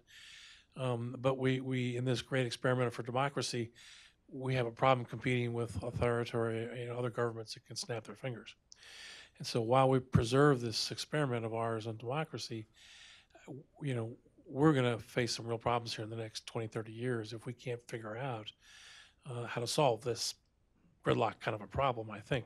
But I would advocate on nuclear power, whether not no solar panels and not wind, but because of the issues of security, proliferation, the commons, safety, et cetera, that the window is going to close on nuclear power here shortly. So we should either just exit the game and get out of it because it may not be worth it, may not be sustainable. But I think if not looking at old technology, but looking at advanced reactors and SMRs, I think that's different. The whole market's going to change. And I think we should kind of study the way we do the military-industrial complex as a model, at least as a bridge, into the future. Very brief comments. Well, we had this discussion, I think, with Ed McGinnis at Department of Energy, and when he went to these international meetings, he would use this analogy to some degree in reporting back what the customers want. So here's a private market model. What does the customer want? And what he said was the international customer tends to want a privately built, engineered reactor with an American flag on it. They don't want a Chinese reactor. They want an American reactor, privately built, backed up with our private industry. Now, if we want to incorporate international partnerships to that, which I think we're going to have to do, witness Vogtle, we couldn't build Vogtle without Doosan and company. Are we able to build Vogtle with Doosan and company? Well, that's a great point. But we are going ahead with it to whatever degree we are going ahead with it. Government was going to twist their arm till it falls off. Well, so the point is that project will get built. It will operate. We're seeing AP1000s operate in China. But in terms of the international partnership component of this whole panel, what was very interesting was the UAE deal. So the UAE deal, I'm bringing Korea in on this, was KEPCO and Doosan, private industry, KEPCO's somewhat owned by the government, selling to a sovereign customer. This is Walter's model, right, where how we sell these units overseas to foreign customers. And what the emir of UAE required is for the president of Korea, not just KEPCO and Doosan, to sign the reactor, signaling the commitment of the Korean people. So there are certain things that the customer demands that we have to be responsive to if we're going to use a market model. And that is all, I would argue, is all because of the inefficiencies underlying the current nuclear industry. That if you had a stronger, more robust nuclear industry that was actually tethered to strong economics and strong market fundamentals, you wouldn't have those same sorts of things. But to the extent those things do exist, then yeah, you play the game that you're in. All that said, I come back to my point, we shouldn't be playing that game. We need to look at the underlying structures of the American nuclear industry that has prevented it from being what it should be so that we can go out and compete with anyone. I totally disagree with your notion that we can't compete with communists and other dictatorial economies. We kick their butts in everything. Look outside the door. Our cities, our standards of living, our everything is better than theirs. This notion that somehow the Chinese and Russians are going to outcompete us for anything over any sustainable time, I just don't believe. Now, I may be proven wrong, but that's where my bet's going. And again, if we think that nuclear energy is important into the future, I don't believe, and I do think that it is, I don't see how Russia and Chinese or whomever can keep building expensive, big reactors and it be sustainable. It will not only break them, but it will break those for whom they are building it. Let's figure out how to build them better, cheaper, and more awesome and go compete on those things. We should be building like like Corvettes and stuff, not the old Soviet clunkers that people don't want. Okay, to be continued on this discussion. Let's please give our panelists a hand. panel, yeah. And there is another panel transitioning. Same question.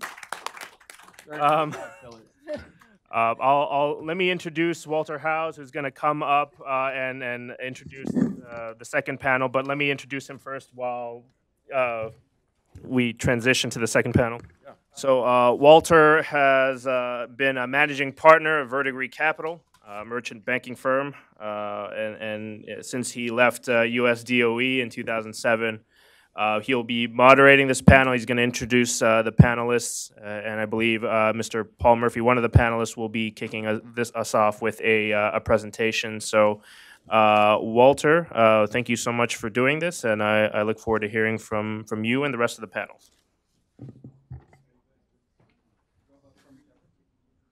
Why don't you come on down, guys? Good morning.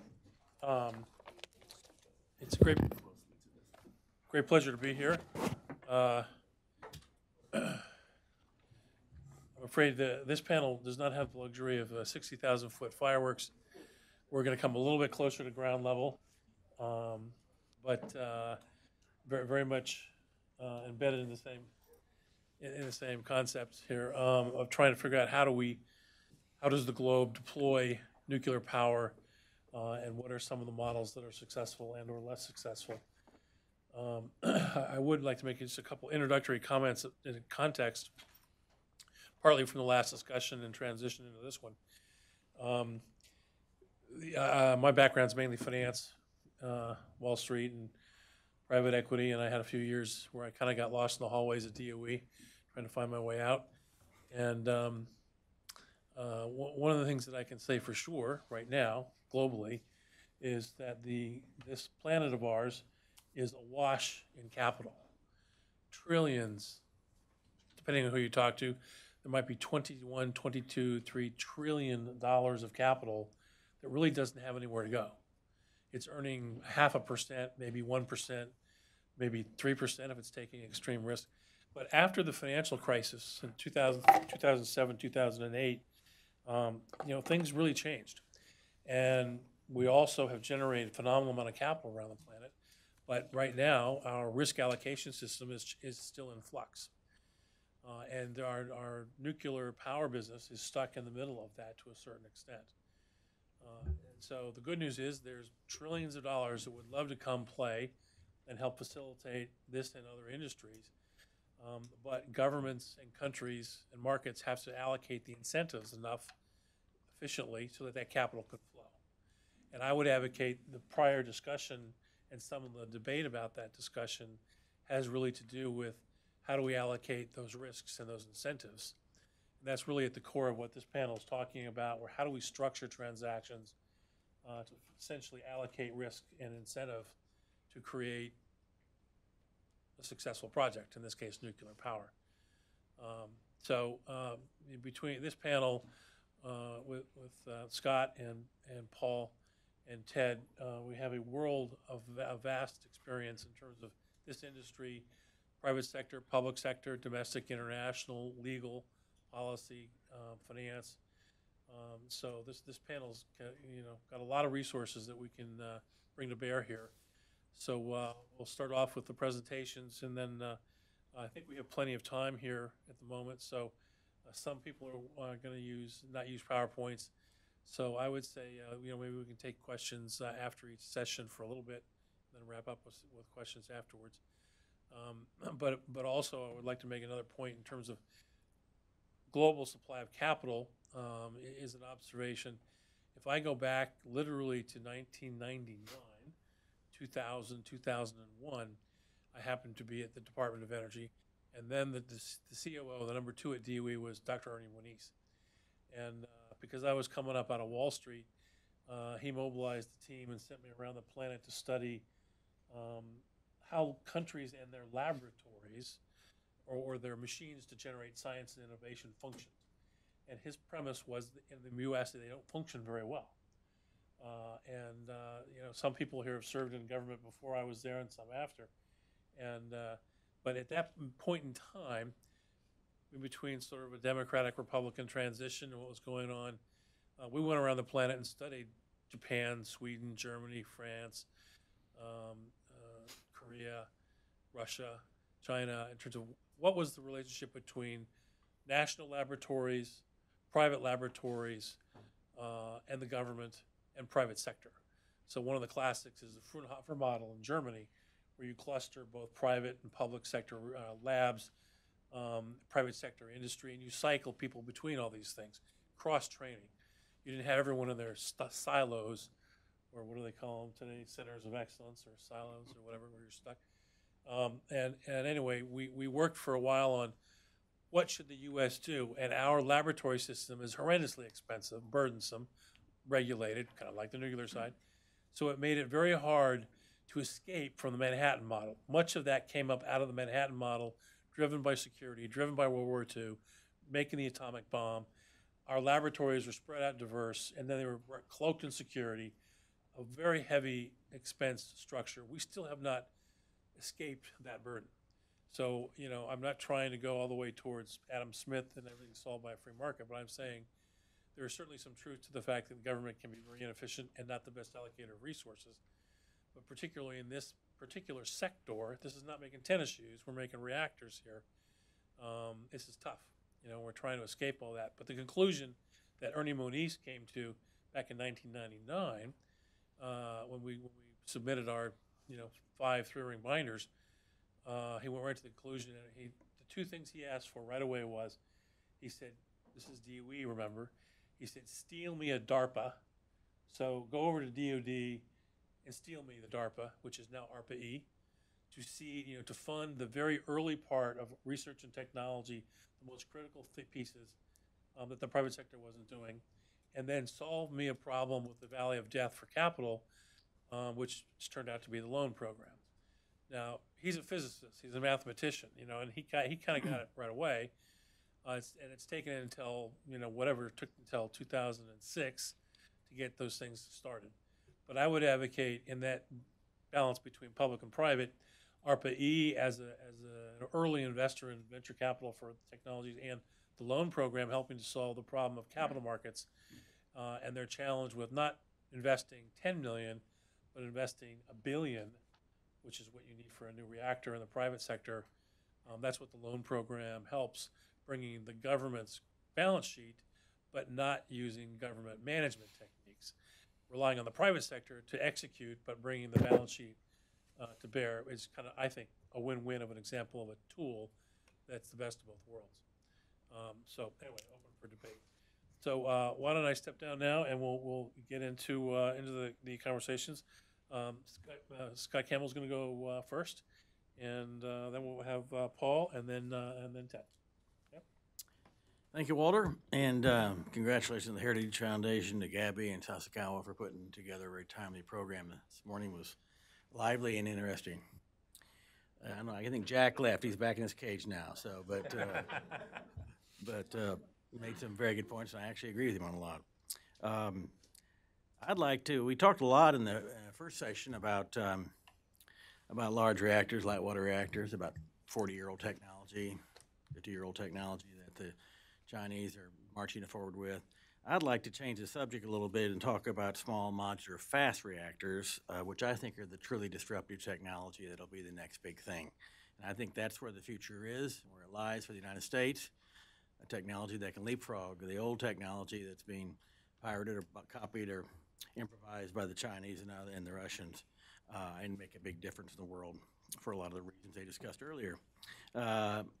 Small fast reactors, factory manufactured. We tend to talk constantly about construction on these huge sites and billions of dollars in cost overruns. But they're factory manufactured. They're transportable on trains and barges. They are distributed power. Many countries can't even afford the grid, let alone a huge reactor. They're a carbon-free energy source. We don't talk as much about that as we used to until the recent report from the UN, but we have to come up with a carbon-free energy source that works and that provides adequate resources. They're affordable, probably the most important thing. It's all about the market. It's all about economics. They're affordable. I know the ARC 100 that I've been working on will cost eventually about $350 million per unit for a 100 megawatt unit. That is not $12 billion plus cost overruns and delays. It's not the same amount of energy, but it's a lot, and it can be distributed around the country. There's a 20-year fuel cartridge. It's proliferation resistant. You can't make weapons out of the fuel. It does not produce large quantities of waste. It's walk-away safe. It's buried underground with a very small security perimeter. And it's a proven technology based on 30 years of operating experience at INL with the EBR2. So the government did invest money in this, about over $1 billion or so many years ago, but it's been a proven technology and it's ready to go. It's time for commercialization. So, and of course it solves the problems of Fukushima, it's walk-away safe, and of Westinghouse, it's not terribly expensive, it's affordable. Of course, there's also the factor of the market, and there's an enormous global market out there for affordable distributed power systems. You'll find that in developed countries that are abandoning coal plants or with large nuclear plants at the end of their life. We found that to be the case in New Brunswick in Canada, where Arc Nuclear is pioneering a program there and hopes to build a first reactor at Point Lepreau. And there's also developing countries. I know over the years that the OECD and others have had, the IEA have had different conferences that 40 or 50, sometimes 60 to 80 countries show up interested in getting some kind of a small, affordable reactor. They can't afford a grid. They can't afford a pipeline or offloading facility for natural gas, but they could afford a $350 million, $500 million, 100 megawatt unit that's distributed. Other countries like India, which are building big reactors, of course, also have that problem. They've got, I think it's 640,000 towns and villages without any electricity or lights, and that's not going to be resolved by huge operations, big light water reactors. It really needs distributed power. So why haven't the 55 to 10 now leading small fast reactor companies in the United States, and there's others around the world, but particularly in the United States, why haven't they taken off yet? And we talked a little bit about that, but mainly it's lack of capital, lack of investment. And combined with and related to a crushing regulatory regime at the NRC. I remember when some years ago in 2007 when Don Wolf and I started Advanced Reactor Concepts, we made a presentation with Paul Robinson, the former director of the National Security Labs at Sandia, to Lockheed Martin about this new concept, and borrowing from the older one. And he said, after it's all over, the CEO took us aside and said, "This is brilliant. This is fantastic. This is what we need to do." I thought, really? This is great. And he said, but we don't do startups. So if you could just get this done, get licensed and everything, then we'll come in and buy you. So see you later, right? And so here we are now, and we're finally getting some partners in. We partnered with GE, and we're partnering with IHI, and we hope that more capital will come coming our way. It's been an expensive proposition. But what we've been suffering through is what Clayton Christensen at the Harvard Business School became famous for, his book, The Innovator's Dilemma, and all the other books that spun out of that. Startups don't match the economic criteria of large corporations. I remember IBM turns down the laptop because it'll never go anywhere. The Western Union dismisses Alexander Bell's telephone as a mere toy. So the problem is, it's how do you get through that valley of death? And so you go to the venture capital firms, but they want to see capital turned around. They want a liquidity event in 3 to 5 years, and we're talking 7, 9, or 10 years, optimistically. So it's very, very difficult. So many of these companies have been caught in the valley of death. We're starting to come out of it, it looks like. I've been there since 2007, but we're seeing a lot of interest. But nobody likes to go first, right? So the organizers today, I think, have seen the need for multinational partnerships because when you think about even a small modular reactors, manufacturing them and distributing them around the world, there are a lot of capabilities, a lot of activities, a lot of industrial processes that aren't all in one place. And so That's true. There's opportunities in Japan, there's opportunities in Korea and the United States to build different parts. It can be assembled almost anywhere and shipped around the world. But we really need a multinational organization to do that, partnerships to do that. So let me just talk a couple minutes about models for multinational partnerships. I think we must first recognize that we have entered a new era where the old models of collaboration, the big long-term government scientific project, giant government funding programs, loan guarantees for big nuclear power, those are over in the United States. That's just not going anywhere. We shouldn't count on it. This is the old nuclear energy era, and we're entering a second nuclear energy era, which is going to be driven by economics and innovation, and that's where the United States has its strengths and where we should play. Now, these programs are over not because they weren't good programs for their time, but because of technology, global markets, competition, demand for less financially risky, smaller, affordable, waste-free distributed power, fast reactors, I would argue, is upon us. The times have clearly changed. And whenever I get in these panels or we get in these meetings to discuss this thing, we always have this dichotomy between the big nuclear power plants and the small guys. And the small guys are finally being heard a little better, but I think they remain the future. And I think the big systems are going to have a role to play, and we're not abandoning them or quitting them, but I think the real opportunities, particularly when you compete with China, as you've seen on these maps, you're going to need to do it with something new and something dramatic and something affordable. The new model might be called an SMR commercialization consortium model, basically a multinational corporation of private companies or public-private partnership working together, bringing capital, expertise, capabilities for design, licensing, marketing, supply chain process, all that goes into this sort of thing together.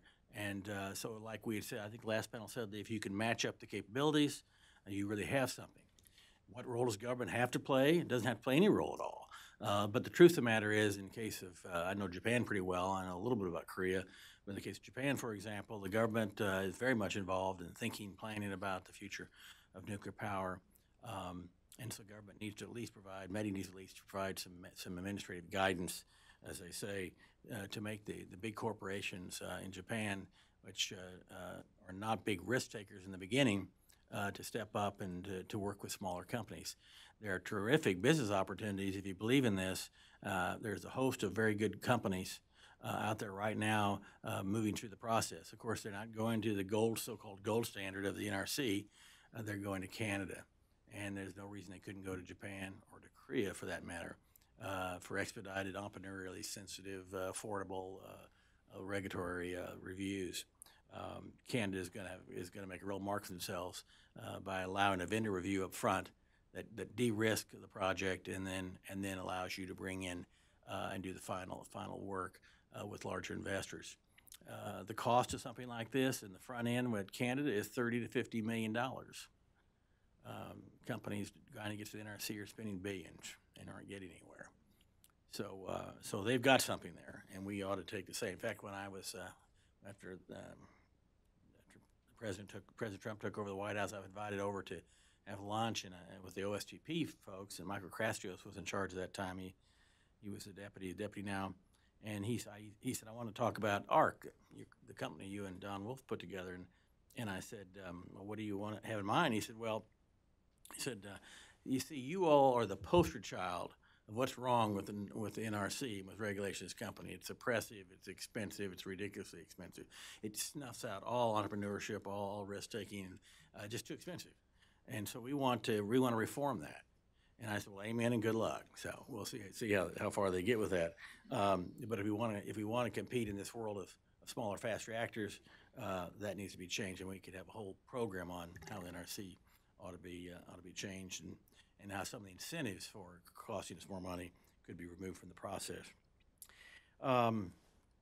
The new consortium, of course, would have to have an accessible, ready, affordable licensing process. Not the NRC, of course, but clearly Canada works, and maybe even we could try our Japan or Korea. Someone who knows more about that than I do might weigh in. But if we do all these things, then U.S., Japan, and Korea, private companies in partnership with one another, maybe with some government assistance, but not necessarily, then we might write the next chapter. We might actually leapfrog the old technology that China is developing and building their One Belt, One Road dominion over the sea lanes and most of the country, most of the world. We might be able to counter some of that with all the national security aspects that are associated with it. But as far as a working model, it needs to be. We need to see these large, and mostly large, Japanese companies, I would hope, and Korean companies partner up with these smaller startups that are going to make history and help them get it done quickly, so we maintain our innovative lead and can get a return to leadership in nuclear power. Thank you. Questions? Could you, I didn't quite catch the point on the OECD. They were saying the problem was that the NRC was bulky and cumbersome, but they were ascribing.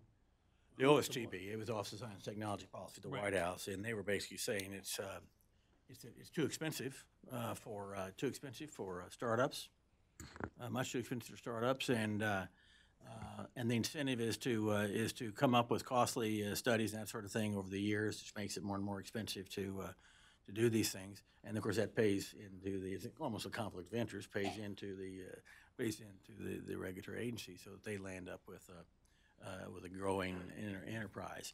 That they need just a leaner, faster, quicker. And of course, these reactors, they really aren't for the United States right now, and maybe they're on military bases, maybe they're in Alaska. But they're really for the developing world and for other countries and smaller venues. People don't have grids, people who don't have a lot of electricity and who don't have that kind of money to spend. Just look at the Turkish situation and gives you a good example of why this is not the future. Indeed. So there were no concrete proposals for reform that came out of the. Not at our lunch. It was a nice lunch, but I mean the intent was there. And it was supposed to be part of the initiative that they've been doing on energy and nuclear. And they put nuclear right up in the very beginning of their program, but remains to be seen. I mean, there have been a few other things going on, apparently. Yes, so. Thank you. I just have a quick one. So, it's a great presentation, but so why don't you go outside the country where you can get it built and licensed quickly? We are. Well, I mean, you talked about Canada. We're going to Canada. It sounds as if you can't get the venture capital Right. if you're going out of the country. Is that No, that's not true. In fact, the reason we couldn't get the capital is because we wanted to do it in the country. And everybody who looked at it, we came very close to Kleiner Perkins and others getting a whole lot of money. And then when they did their review of what it would take you to the NRC, they backed off and said, we can't wait that long. And so, to be clear, what we're doing is we're going to Canada. We're already in our review process. We're going to go through our vendor review. We'll be through in 2 years. Not 15 or 10 years, and then we'll hopefully we'll have the strategics involved that'll come in and help us with the final stage, which is about $300 million. And after that, you start building, and whoever gets first in this market is going to be in a good shape. It's going to be a big deal. So it's a very exciting proposition. There are other companies trying to do the same thing, and I encourage all of us to do the same. But we just need more capital. And it's just like you say, in the innovator's dilemma. The big companies, they just doesn't fit their risk criteria. And it doesn't fit the venture capitals because it's a little too long, and so who do you go to? And there you are in the valley of death. So, and I'm arguing it should be, and we do have IHIs now, Japanese manufacturers now working with us and may invest. GE is partnering with us and giving us $50 million in IP. We've got everything has been now patented. So we're on our way, and so are other good companies. I'm voting for the American ones, not so much Gates' Chinese experiment. I'd like to see it done with one of our partners in this part of the world. Okay. Just a real quick comment on this as a follow-up. Well, Andy and I made a 10-year study of capital flows into the nuclear power business. And just to be, we often throw these terms around, but I think the theme that you're getting here is there is no venture capital in this industry for definitional reasons. The venture capital market wants a 3 to 5 year turnaround, 20 to 40% returns, are willing to take extreme risk, but but hate government exposure. So the venture capital market does not exist in this country for nuclear. It just is out there. Like at the other end, the commercial lending market does not exist for this marketplace. In between, you've got extremely wealthy individuals, extremely wealthy families, industrial capital, private equity at some kind to some extent, and then you have federal government loan guarantees. That's it. That is the entire range of capital available here. And the federal loan guarantee, I think I would completely agree with Scott. There's never going to be another federal loan guarantee, I don't think, for a traditional 1,000 megawatt U.S. nuclear plant built in the United States, because it's only for the 3 or 4 years away before we're going to have an advanced reactor or an SMR, and they're probably not going to build a traditional one anyway, other than Bellefonte, which I don't think is going to get built. It's interesting, it is nuclear, and therefore all governments are going to be involved somehow, some with a heavier hand than others. But if you look at the business decision-making model in Japan, for example, very hierarchical, very, very staged, very careful, very systematic, that's not a startup type of investment. And so the same thing we have with Lockheed Martin when they said, call us when you get this done. We're really excited about it. Well done. I think we've encountered some of that in Japan too. But Japan is waking up too. They see there's an opportunity there, that it has also sorts of national security implications as well for them. It's important to Asia. It's important for U.S.-Japan cooperation. So they're starting to say, wait a minute, maybe we need to help these people in the early stages and not just sit and wait and see. And that's what what I keep saying. Everybody wants a third of a kind.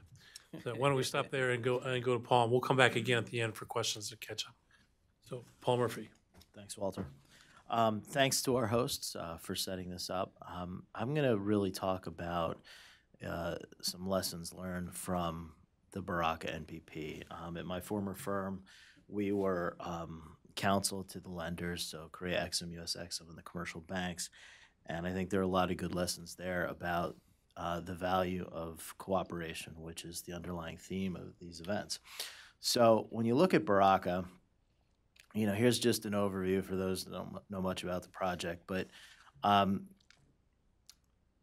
just draw a few points out of this. The key is that, effectively you had a sovereign government saying we want to do nuclear and we're going to make it happen. Ultimately, they teamed up with an export partner who said, we really want to make this happen. So even though the deal was competitively bid, underneath it all was a commitment between the two governments to see the deal through.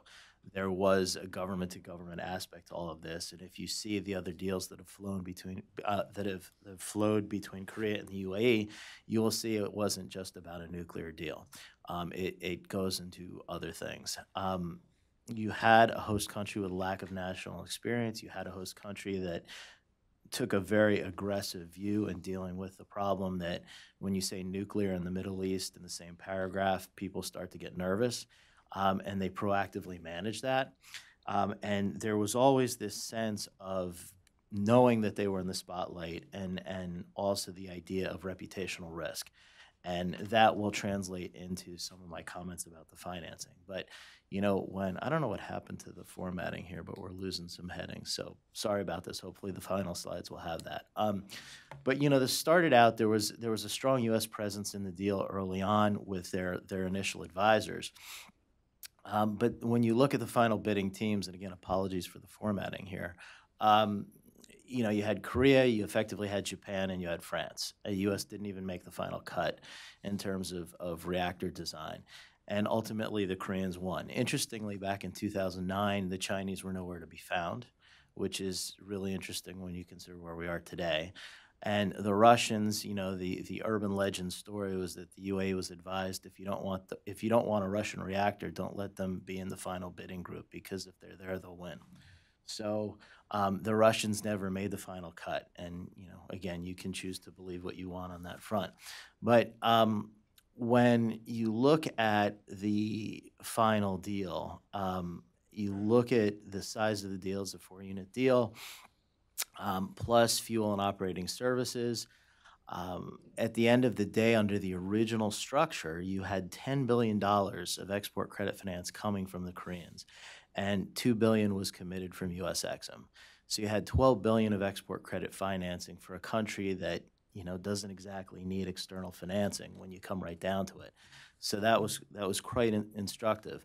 But what it was is it was a package deal. You had this sort of Korea Inc. model that drove the deal from the get-go. And, it was interesting at the time when you look at the final bidders, the Koreans, I think everybody knew were going to be the cheapest, but I don't think a lot of people thought they would actually win because they'd never exported anything out of Korea. Yet they did win. And, one of the reasons that was very telling was that this group had worked together in Korea, steadily building the Korean nuclear program. And also some of these companies had executed major projects in the Middle East and specifically the UAE. So they knew the area very well. But one of the questions that you have to ask yourself was, when you go back to the EPC contract, as I pointed out in the prior slides, the EPC contract based on publicly reported information was $20 billion, so let's just go with that. But you look at KEPCO's market capitalization, and that's the whole market cap of the company, and the company's gone down in value since then. Moreover, you had Korea Exim that had put $10 billion on the table, and they had never come close to doing a deal of that size. So, you look at and say, how could Korea do this over and over again? The answer is they couldn't. And so you get right into a conversation very quickly about the need for international cooperation because the Koreans could not have replicated that deal over and over again. What's interesting is that, the deal was awarded in December of 2009. The Koreans since then have not signed up another deal. And the view at the time was that this would be their export strategy, one of the great pillars of their export platform, and the market has not borne that out. But right away you would say, well, how many of these deals could they have done over and over again? And so you start saying, well, what are the benefits of having multiple participants? Well, the first one you get right out of the box is what I'm alluding to, is this idea of it's an additional source of capital. If you can get multiple export credit agencies financing a deal, obviously you're sourcing capital from a lot of different places. That helps the deal. The second thing that I think was very instructive was sort of the geopolitical realities behind the UAE project. And when it was announced after the Koreans won that there was this $10 billion of export finance coming out of Korea, people started to wonder, inside of Korea, what is that exactly about? And so, in the ECA process of concluding the financing documentation, there's a diligence process that goes with it. And if you're an export credit agency and your mission in life is to support exports from your country, and this is the biggest deal that your country's ever done, the cynic might say, well, of course you're going to say it's a good deal. What else would you possibly say? What other choice do you have? And so the fact that US Exim was in the deal created political cover both for the Koreans and for the UAE. Because if KEXIM says to its stakeholders, yes, we think it's a good deal, the cynic would say, of course, we're not surprised by that. But if they can then point and say US Exim also looked at this deal and they think it's a good deal, that creates stability for the deal. It creates another flag that's supporting the deal from the UAE's perspective, remembering again the geopolitical issues of being a nuclear program in the Middle East. So you start getting this momentum behind the deal. And remember, too, that there was a commercial bank tranche. And the way the deal was structured is they let the ECAs kind of negotiate the financing documentation and then come at the end, ask some questions, and then sign up. Well, if you're a commercial bank, you're not going to trust the main export credit agency, in this case the Koreans, because again, you sit there and say, are they really going to scrutinize the deal that hard? But now having two ECAs bless the deal, one of which could walk from the deal if need be, and ultimately they did, that, again, is a source of comfort for the financing community to see two sovereign entities supporting the deal. And so what you had was an enhancement of the diligence process because you had two sovereigns with different agendas looking at the deal. You also had this reputational risk coverage by having multiple flags in the deal that help support additional financing and provide political cover for the deal. So you can talk about the base deal, the $20 billion for the EPC and the fuel and all that stuff, but you have to recognize that these are geopolitical deals. This is not selling refrigerators. This is not selling cars. And to think that the market is just going to get this right is just lunacy. It's not a market-driven process, nor will it ever be. And so you're looking at the geopolitics of the situation. You're looking at sovereign entities. You're looking at a tremendous challenge in trying to finance these projects on the front end. And having ECAs in this is a very good thing. Well, if you want export credit finance, what do you need? You need national content. So that Korea Inc. model would never be able to bring in U.S. Exim unless there was effectively $2 billion of content coming from Westinghouse in the deal. So you already see, for a variety of reasons, why if you merge content and structure, not only you can source additional financing, you get a lot of intangible benefits to the project, but it creates a reason for cooperation going forward as well, especially when you get capacity issues of what the Koreans could do or could not do long term trying to replicate this model.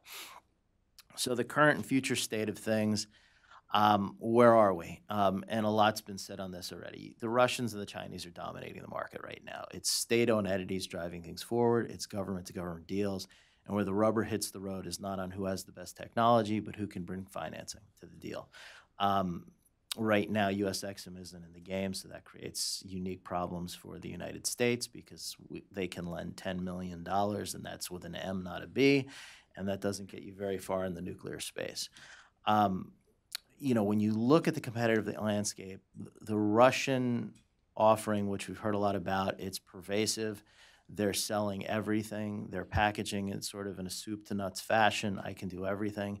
They're cornering the market, and they're hedging their bets because they don't have all the financing that they've promised. They can't support it from a supply chain or a talent perspective, but they're making a bet saying that all these deals aren't going to go forward at the same time. So we'll sign them all up, and then we'll let it play out.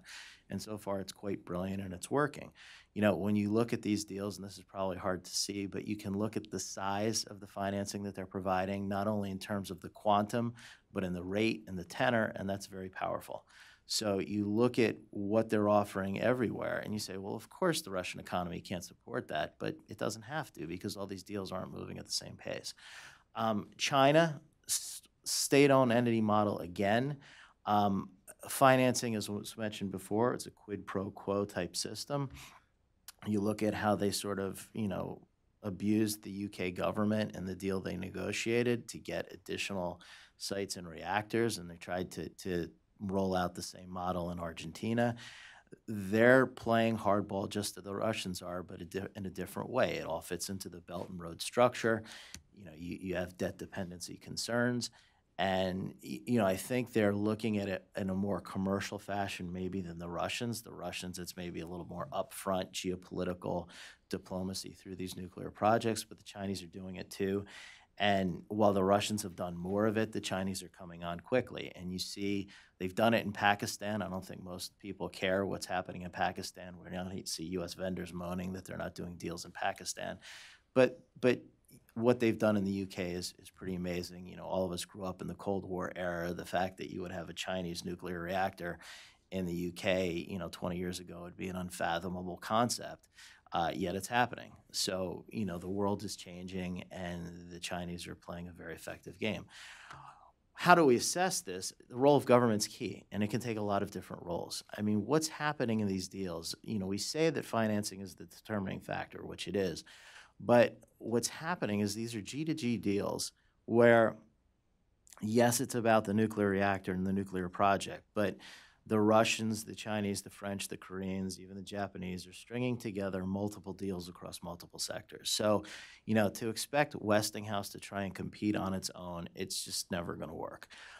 If we want U.S. reactors to be successful, it has to be at a government-to-government level. Yes, there's a commercial piece to it. Of course there is. But at the end of the day, unless we make this more about the bilateral relationship and about all the various things that the United States can offer inside and outside of nuclear transactions, we're not going to match what the Russians and the Chinese do. On the financing side, if the Chinese and the Russians want to go low, we cannot probably get to where they can in terms of the tenor of the loans and the rate of the loans. Our companies are never going to be on state-owned entities. So it's not an apples-to-apples type discussion.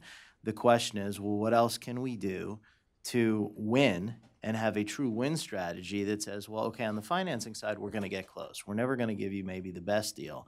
But when we throw everything else along with it, then we overwhelm them because of the geopolitics and the strength of the bilateral relationship and our labs and our universities and our regulatory cooperation and all these things. And I think this package deal idea is really what it's about. This is not a sector where you have free and open competition. It's not going to be that anytime soon. So to try and develop a strategy based on free and open competition is destined to fail.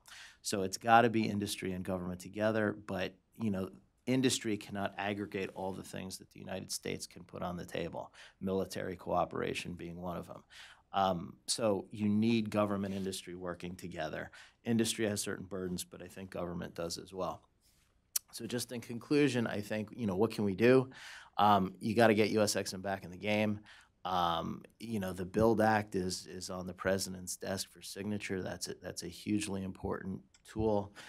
We need to get into these countries early, provide them with early stage assistance. As was just mentioned, when you look at the SMR and advanced reactor market and where it can really make transformative change for the world, it's in the developing world. We can do a lot of things to help these countries well before it's time to do the actual nuclear deal. I mentioned the packaging. I mentioned the bit about bilateral deals. And, when you look at how others are playing hardball, we have to play hardball too. Back in 2008 when the deal for India was cut, unfortunately it hasn't worked out the way people had hoped. That would probably be another good seminar to have and discuss. But at the time, it was a quid pro quo type negotiation with the Indian government, and it worked, in terms of getting 2 sites for at least 6 units on each site for GE and Westinghouse. And it reflects that we have to build strategies where industry and government work together. When you look at where there's a focus now, we're clearly focused on what Saudi Arabia is going to do. But when you look at the SMR and advanced reactor space, if we really see that as sort of leapfrogging us ahead because large reactors might be too tough, and we can debate that assumption, but if we're trying to leapfrog ahead, then again, just relying on the market. If Tanzania calls up tomorrow and says, hey, I like one of your reactors, that's fine, but then you get into a question very quickly of who's going to pay for it and how, and then a lot of things get into that beyond just, export credit financing. It's about how the programs are set up and how can we maybe fast-track these countries forward. So remember, this is a unique asset class. The safety regulator, say that 5 times fast, is unlike anything else in any industry, including power. Development risk is a challenge. Financial modeling fails because when you look at large reactors, that the new ones will run for, they get licensed for 60 years, they'll probably run for 100. Economic modeling falls apart after 30 years. So logically, we know in year 30 and a day that this is a very valuable asset, but your financial model says, I don't care. So our models break down. We have intangibles when you talk about clean energy, energy security, energy diversity that don't fit into financial models. There's no number you plug in to your decision. And so you look at macro issues that mean nothing for individual investors or for the project, become very important for countries. And somehow you bring those two together. We need champions. The champions in Russia and China are the heads of state, and France, and maybe Japan, and not so much in Korea right now, depending on whether it's inside Korea or outside, but we need champions at the highest levels. We saw the pictures from the early presentation, that's real. And it's really a discussion of Russia will help you, country X, have all this happen. That's the dialogue that goes. And so we have to understand the competitive environment. We can't talk about what we would like it to be or what it aspires to be or what we, intellectually debate it should be. It's what it is, and to when you have to base your strategy on what's going on. And, in the end of the day, we have to remember that nuclear deals are not about Westinghouse's balance sheet. They're about geopolitics, and it's about long-term bilateral relationships across multiple sectors. And the reality is, if we sit there and say, we look at a situation like Saudi Arabia, and if we sit there and say, if the primary goal is to make sure we don't have a Russian or a Chinese reactor there, then everything we do has to align to achieve that goal. That's not that other things aren't important. Non-proliferation is, of course, important. but what's the number one issue, and how can we align ourselves to achieve the number one issue? And I think that's everything else starts to fall into line and get a lot clearer when you think of it in those terms. Thank you very much. Very good. In terms of timing, why don't we go ahead and go to Ted, and then we'll come back to questions for the whole panel. Okay, thank you, Walter, and thanks, Alan and Katie, for including me on the impressive agenda you organized for today. It's a pleasure to be here with Walter and Scott and Paul. I work on supplier and trade issues at the Nuclear Energy Institute, the policy organization for the nuclear industry. So I spend a lot of time with our supplier members talking about their opportunities and challenges in the market. And for them, that is increasingly the global market. So I'll try to bring that perspective in some short remarks, which will be short because I think Paul and Scott too have covered a lot of what I would have said, so I won't repeat it. I'll say a few remarks just about the U.S. model in the global market and what that implies for international partnerships. And then I'll say some other words about how we can become more viable as a partner and as a supplier in the global market. And then we can go to questions. First, I think it's been noted several times, but I just wanted to point out very explicitly that we have a very different approach here. We are not, our industry is not a consolidated, integrated, comprehensive entity like you can find in Russia, China, significant degree in France, and other places that have a much greater level of state support. And that has not kept us from being competitive. But it's also important to note that governments necessarily have a role in this international market. Jack mentioned on the last panel that Admiral Rickover made a decision on a national security basis to establish a commercial nuclear industry to give the same industrial base necessary for a nuclear navy. Around that time, similar decisions were made about how to make the world safe for nuclear power, and the Atoms for Peace formula was introduced, and that necessarily means government involvement in bilateral agreements, in controlling exports, and to a significant degree, the world's followed our leadership there. But unlike in the 50s, we're not the dominant supplier to the global market anymore. There's a lot of other suppliers. And nonetheless, we have continued to add new requirements in bilateral agreements and export controls and even limitations on financing and other key elements to competing. And so I'll come to that in a moment. But as far as international partnerships go, I think one of the greatest assets that our industry does have is the innovation and the willingness to share technology, to partner with countries that have not possessed and are seeking to develop the expertise to build and operate nuclear power. And we've demonstrated that first in Japan and in Korea, in Europe, and everywhere there is nuclear power outside the states of the former Soviet Union. And this has an enduring appeal. It shows new customers such as Saudi Arabia that we're very capable of standing up their own industry because they're looking not just for electrons, they want electricity, but they're also looking for an economic solution to have good, high-quality jobs, and we've got an unmatched track record in that. At the same time, you know, our international partnerships have made us really strong in sourcing from a global supply chain, where to a great degree we have compensated for what we've lacked in terms, you know, of an integrated approach of Russia or China.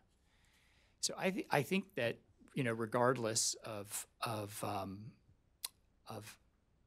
whether, you know, the U.S. or Korea wins in Saudi Arabia or elsewhere, there's going to be substantial U.S. and Korean content in the reactors that are built. As was noted earlier, the AP1000s under construction in Georgia and the ones coming into operation in China have substantial Korean content. And the APR 1400s in UAE have substantial U.S. content financed by Exim Bank. So I think that now in the competitive phase, shouldn't be a cause for alarm that there's not the kind of partnership that you see once the scope is all worked out among the partners. I think that it's best for us to promote to think about what we can do to be more competitive. That's really, I think, where the most can be gained. It's the only way to prevent Russian and Chinese domination of these markets. And there's a wide continuum of on the nuclear trade agenda, that, you know, from things that I think Jack would readily agree with to things that maybe he's just not comfortable with the government role in. And then there's a lot of subtle things in the middle too. It's not, you know, government involvement isn't just about financing uneconomic nuclear power plants in Bangladesh to the, you know, a great hit on supplier nation's treasury. Or throwing in a submarine to the deal. There's a lot of vital government involvement, from the nuclear cooperation agreement that needs to be struck to the export licensing and export credit financing, all the way to effective coordination among all the departments and agencies in the government that are right now engaged in the international space. You know, the State Department has an important role in negotiating cooperation agreements. The DOE authorizes exports of technology. The NRC authorizes exports of items, and the Department of Commerce does some of that for balance of plant. You've got a huge number of groups that are offering things. The NRC is offering international cooperation and regulatory development assistance, but rarely is it, as Paul pointed out, all sort of packaged together and leveraged with our customer. They really just sort of coming to us as some kind of smorgasbord, and, you know, picking and choosing, and a lot of not always well-coordinated interaction with different U.S. departments and agencies to get what they want, without any overall strategy to leverage a U.S. supplied plant. And so that is very, very important that we start to do that more effectively. It's important that we get cooperation agreements in place with markets that are developing nuclear power. We still don't have a nuclear cooperation agreement in place with Saudi Arabia, even though this has been a topic of discussion between the countries for, I think, 7 years at least, and probably a lot longer than that. But actively negotiating, or not so actively negotiating, for 7 years. And in the meantime, Saudi Arabia has struck cooperation agreements with, I think, 10 countries. And last year, they started moving into a procurement process without even including the United States. And it was really just sort of a last-minute effort by the Secretary of Energy that shoehorned the United States into that competition. We almost completely lost out. And we need to get that 123 agreement in place. We need 123 agreements really early with countries that are thinking about nuclear energy. And then we need to reform our export control system. It still takes over a year to get a typical Part 810 authorization. And this is often needed early in the commercial dialogue. You know, we can't be competitive ourselves. We can't be a good partner. And our partners can't be effective either if we can't achieve these reforms. Part 810s and not just Part 810s, but all export licensing to China has been frozen for the better part of a year because of concerns that China is, diverting this nuclear energy technology to some nefarious purpose. Now, there's a lot of nefarious activities in China, but most of the technology we're talking about is not unsafe, and it's not amenable for military purposes, and it's the largest market in the world we're talking about.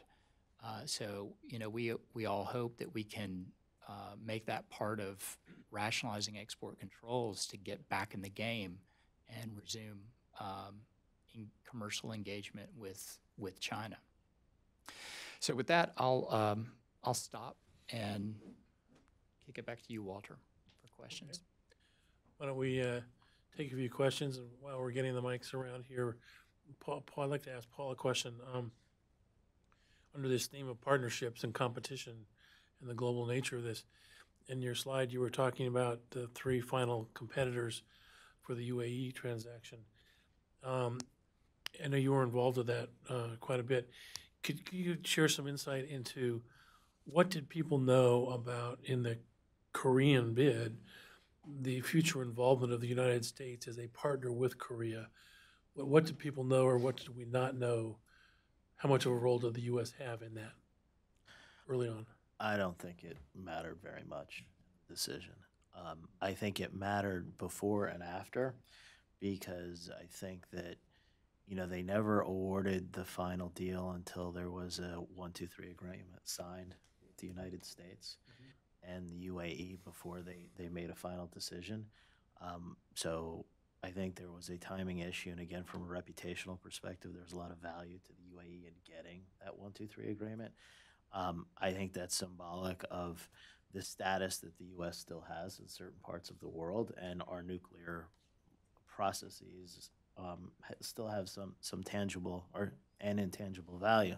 But I think that really it was a Korean deal. It was heavily negotiated at the government level. The former president of Korea was making multiple trips back and forth to the UAE. I think that when you handicapped it, it was sort of, well, the ABWR is the old technology that's been built that works.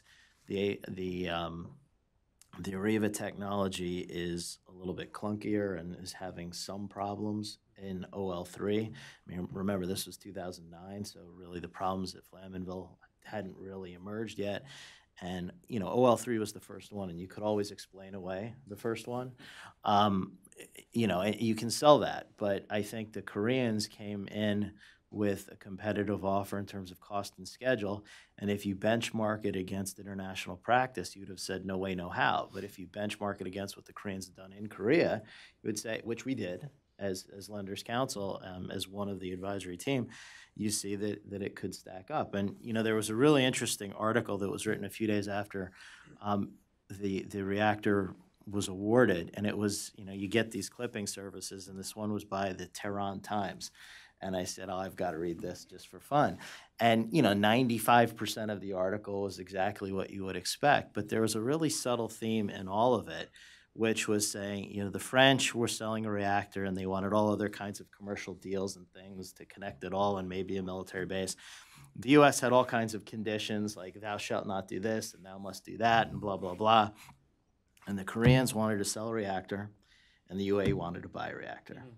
And you sat back and you said, okay, well, dismissing 95% of this article, there was a little bit of an aha moment and all of that, that I think the Koreans did a very good job of making it about the commercial deal, but underpinning it with lots of government support. Because when you looked at how the deal was put together, what you took comfort in as a lender was not maybe some of the project documentation, but the underlying commitment of the two governments to see it through.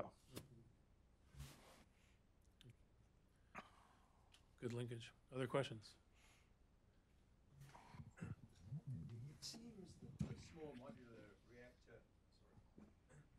It seems that the small modular reactor is in the valley of death. And Walter has outlined all the places that the capital is not going to come from to build this reactor. So I'm asking, where is it going to come from? And I'm concerned about this because it seems to me that this is perhaps a way that the US could bring forward a superior product so that people would choose what to build on the basis of a superior product. So I'm very interested in where you think the money is going to come from. Right. Well, I'd be interested to get everyone's opinion on this question because it's very critical. Let me turn around your observation that I pointed out where it's not coming from, because that really wasn't my intent. That's very easy. It's not coming from the venture capital market. But surprisingly, when we went back 6 or 7 years ago and tried to project where the answer to your question, we projected that it would be much more difficult to find private sector equity than it has been.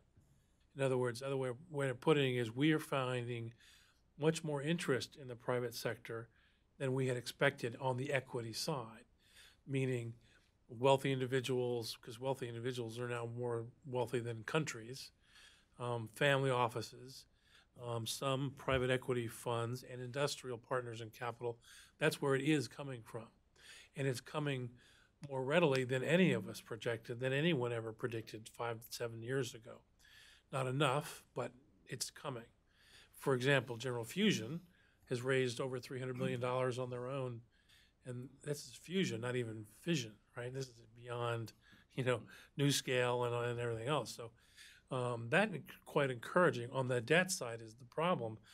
As Scott pointed out, everybody wants the third of a kind. No one wants one or two, and so that's where a loan guarantee program, like at DOE, they're backing several. They're not picking winners or losers. They're judging the applicants based on their commercial viability to pay back the loan, and so they're offering loan guarantees to advanced reactor and SMR applicants in the U.S. And other countries are doing the same thing. So that's my answer. That's a good point. The startups are beginning to climb out of the valley of death. They're doing it through family offices, impact investors that want to are concerned about climate change. It's not the venture capitalists yet, and it's not the big banks, obviously. But there is some money starting to come out, or someone like a Gates or some others out there who billionaires, Bezos. Bezos, others are taking interest. So we're starting to climb out. But the more we do programs like this, the more we talk about this, the more the word gets out, the more excitement there is. And I noticed in talking to Don in his last presentation he made, he was just surrounded by people he'd never seen before because they're starting to get word. And if you stop for a minute and you think, well, it's all about the economics of the market. So what is the market? Well, if you ask about the big reactors, how many of these big reactors are going to build outside of China? And who could and how many competitors are there? And how much can you make? And how many will you make? There's not a whole lot. To be honest with you, but if you look at what the potential is for small, affordable reactors, it's enormous. Right. And so it's like the old standard. Did you 20 years ago would you have invested in IBM or Apple, right? And a lot of people put their safe money into IBM. So we're at an Apple moment, and for small modular reactors, and hopefully that money will start flowing. In the meantime, what we're doing, Irfan Ali in the back is with our could talk about this too, but basically we've the provinces of Canada and the provinces of New Brunswick has come to us, offered us some matching funds, is promising if things work out $300 million to get through the process up there because they want to create jobs. So they want to build, they need to shut down a bunch of their own coal plants. They need new power sources. So the government of Canada, the province of New Brunswick, Brunswick Power have all come together and are putting together a deal because they want jobs, they want to revitalize the area, and they believe in climate change. They want to do something other than burning coal. And they want distributed power. And they want distributed power, and they need it. So there are formulas coming together now, groups coming together that'll make this work, and we've been a beneficiary of that one, and but I'm sure be others. At the risk of the roof collapsing, I would say that the government does need to pick winners. It's just a question of how. You know, Walter, you'd mentioned the military-industrial complex, and you say that you don't have 50 developers of the next-generation aircraft carrier, next-generation fighter, a next-generation tank, or other weapon system. And I think a lot that's been very successful, we have the best military technology in the world, bar none, and it's not even close. And there's a way that it's been done. And so I think a lot of lessons can be learned from that. So it's not necessarily the government making every decision along the line, but you look at sort of stage gates that can be created. And then, you know, once you get through that gate, government support is then available because I think, you know, again, glass half full, glass half empty, but, you know, some people say, oh, look at all the interest. There's like 50-some developers of SMRs and advanced reactors. And I sit there and say, well, they're not all going to get funded. They can't all be regulated. This is ridiculous. You know, there needs to be a culling of the herd so that we can actually put something on the market fast and they can compete with, the Russians and the Chinese. So, you know, you again have to say, what is the market? And I think there's lots of SMR and advanced reactor discussions out there. There's tons of conferences that you can go to almost every other week. And a lot of the SMR developers say, well, here are the 10 things that my reactor can do, and here's the theoretical market. And it all sounds great, but you sort of have an iPad issue. You know, when the iPad came out, people said, well, you have a desktop computer, you have a laptop, and you have a smartphone. What do you need an iPad for? Yeah, you could use it for this, you could use it for that, but where is the actual market? Who's going to buy this thing and when? And so you look at the way our electricity markets are structured in the United States, and it's a tough sell. You know, we've created, you talk about let the market decide, but then we subsidize renewables and do all these goofy things that distort the market so that it doesn't work. And then you look abroad and you say, all these countries do need this. They could apply it in this fashion. But then you say, okay, now describe the project and who's going to finance it and how's it going to be measured reputationally. And if the IAEA regulations are all about, or guidance is all about large-scale reactors and the 19 milestones, and only the UAE could possibly come close with budget and government focus to actually do this stuff, we have a deployment model that needs to be fixed. So, you know, there's a lot of things that there's justified excitement about all of this, but unless we actually shape the market to the results that we want, we're not going to get there. And speed to market relative to the competition is going to be a good thing, because if we're putting reactors on the market in 2035, I think the wave of excitement will have passed. It's got to be sooner, and there's too many barriers that we've put up in terms of the process that have to be streamlined, and I think that's where government can step in, but it can't step in for 60 different developers.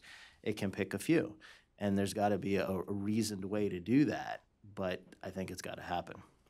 I would just interject and say that Paul makes a very good point, but that if we're going to rely upon this government that has enough trouble selecting a Supreme Court justice and a few other things, I'm not sure we're going to get any culling of the herd. I think the market may land up doing that in the old-fashioned way.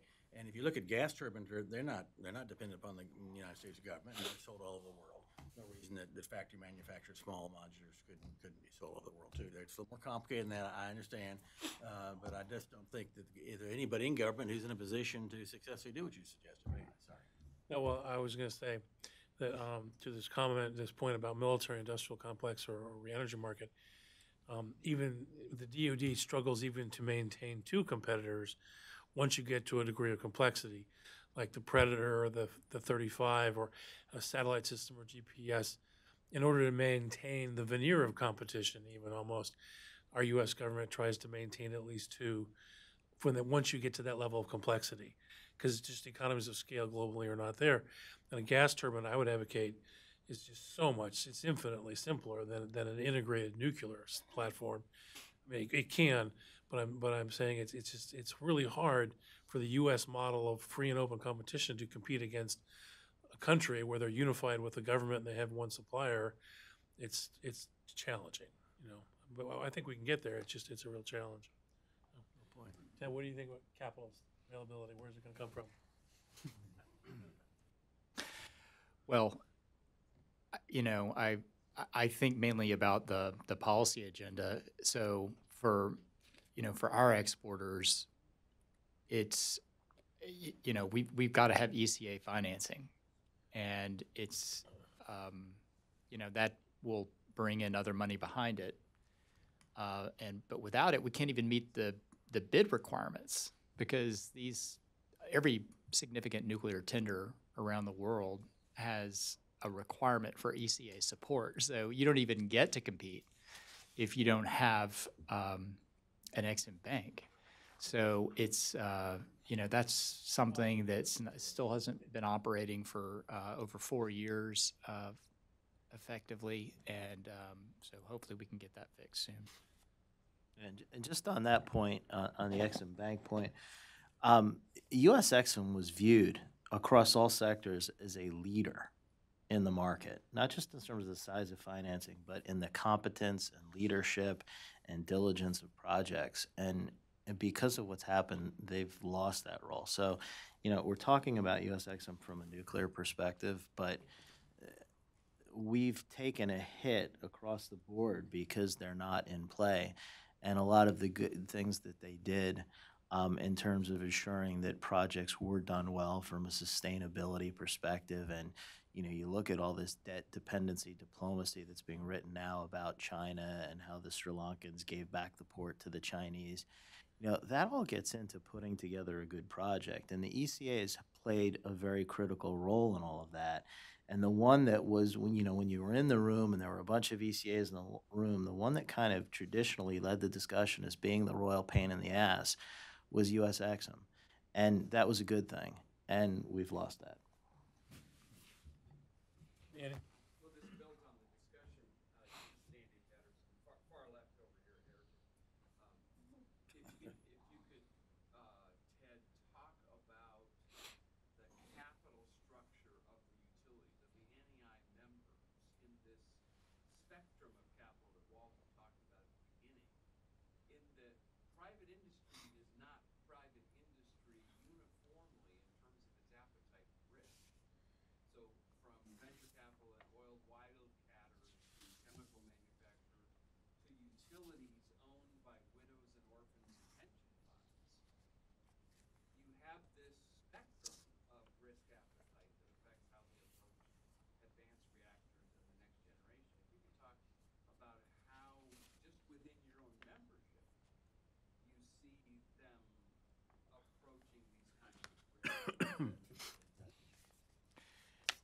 Well, they're, you know, if you're talking about the advanced reactor companies, they're mostly very small, and they, you know, some of the larger companies, you know, may have larger capitalization, but they've got lots of constraints on them. I mean, you know, Westinghouse's new owners, you know, may not be keen to, you know, bet the company on a, you know, liability law in India, for example. What about Exelon, NextEra, Entergy? What about the buyers? Yeah, well, the buyers, you know, they have a wide range of interest and appetite, but you know, obviously, it's not, that appetite and interest isn't, you know, as strong as you would like it to be, or there'd be a lot more investment happening right now, right? Go ahead. You've dealt with the 1, 2, 3 agreements. Jim Justin here again. You've dealt with the 1, 2, 3 agreements with, you know, through NEI, probably extensively.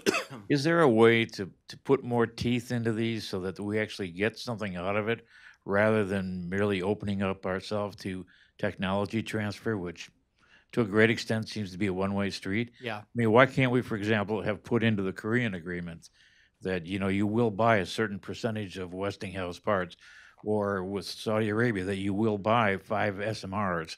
Is there a way to put that kind of leverage into it, or is that not realistic? Well, strictly speaking, it's as Al Burkhart here would tell you, it's a 123 agreement is a non-proliferation agreement set out in the Atomic Energy Act, Section 123, and that's its function. But you know, countries will agree to other things in the context of negotiating a 123. And Paul mentioned earlier that in the case of India, when it was really coming down to the wire, U.S. State Department diplomats really drove a hard bargain and got a letter of intent from Shiv Shankar Menon, their national security advisor at the time, to procure 10,000 megawatts of U.S. technology on at least 2 sites, and to adhere to all the Convention on Supplementary Compensation. Now, they didn't exactly fulfill, especially the liability part, but you know, it remains to be seen. You know, they've designated 2 sites for U.S. companies there. It was a huge boost for U.S. companies to fulfill the commercial promise. And I think I agree with Paul. That's a really good lesson to learn for future deals. That, you know, it shouldn't just be about nuclear cooperation, getting general authorization, and ease of dealing with U.S. flagged equipment materials in the global stream of the marketplace. They should, you know, be required to make some commitments if they want. I just wonder if the Trump administration would be satisfied with like a letter of intent, or whether Donald might actually press for more. You know, maybe it's the time to start pushing it. Have you, you know, I always say, you know, Singapore is one of my favorite examples, because where else do you actually have a benevolent dictator, you know, who actually is a pretty enlightened individual, but he's a dictator, right? You got 2 generations, you know, maybe going on 3 there. And, you know, I don't know if you've ever looked at an actual wiring diagram of a 1, 2, 3 negotiation, but we did one about 6 years ago, and it's mind-boggling. I mean, there's 6 major players and about 23 people that have a chop on it. I mean, it's nuts. I mean, no way to run a commercial operation for a 1, 2, 3. Anyway, other questions? Cool, Alan.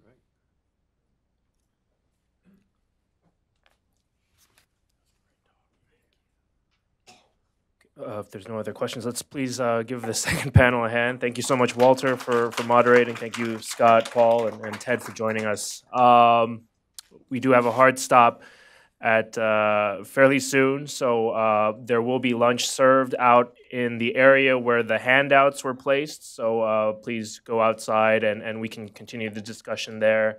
And of course, enjoy lunch. And thank you again to Heritage for hosting us, and thank you to Sasakawa Peace Foundation USA for partnering on this event as well. Thank you very much.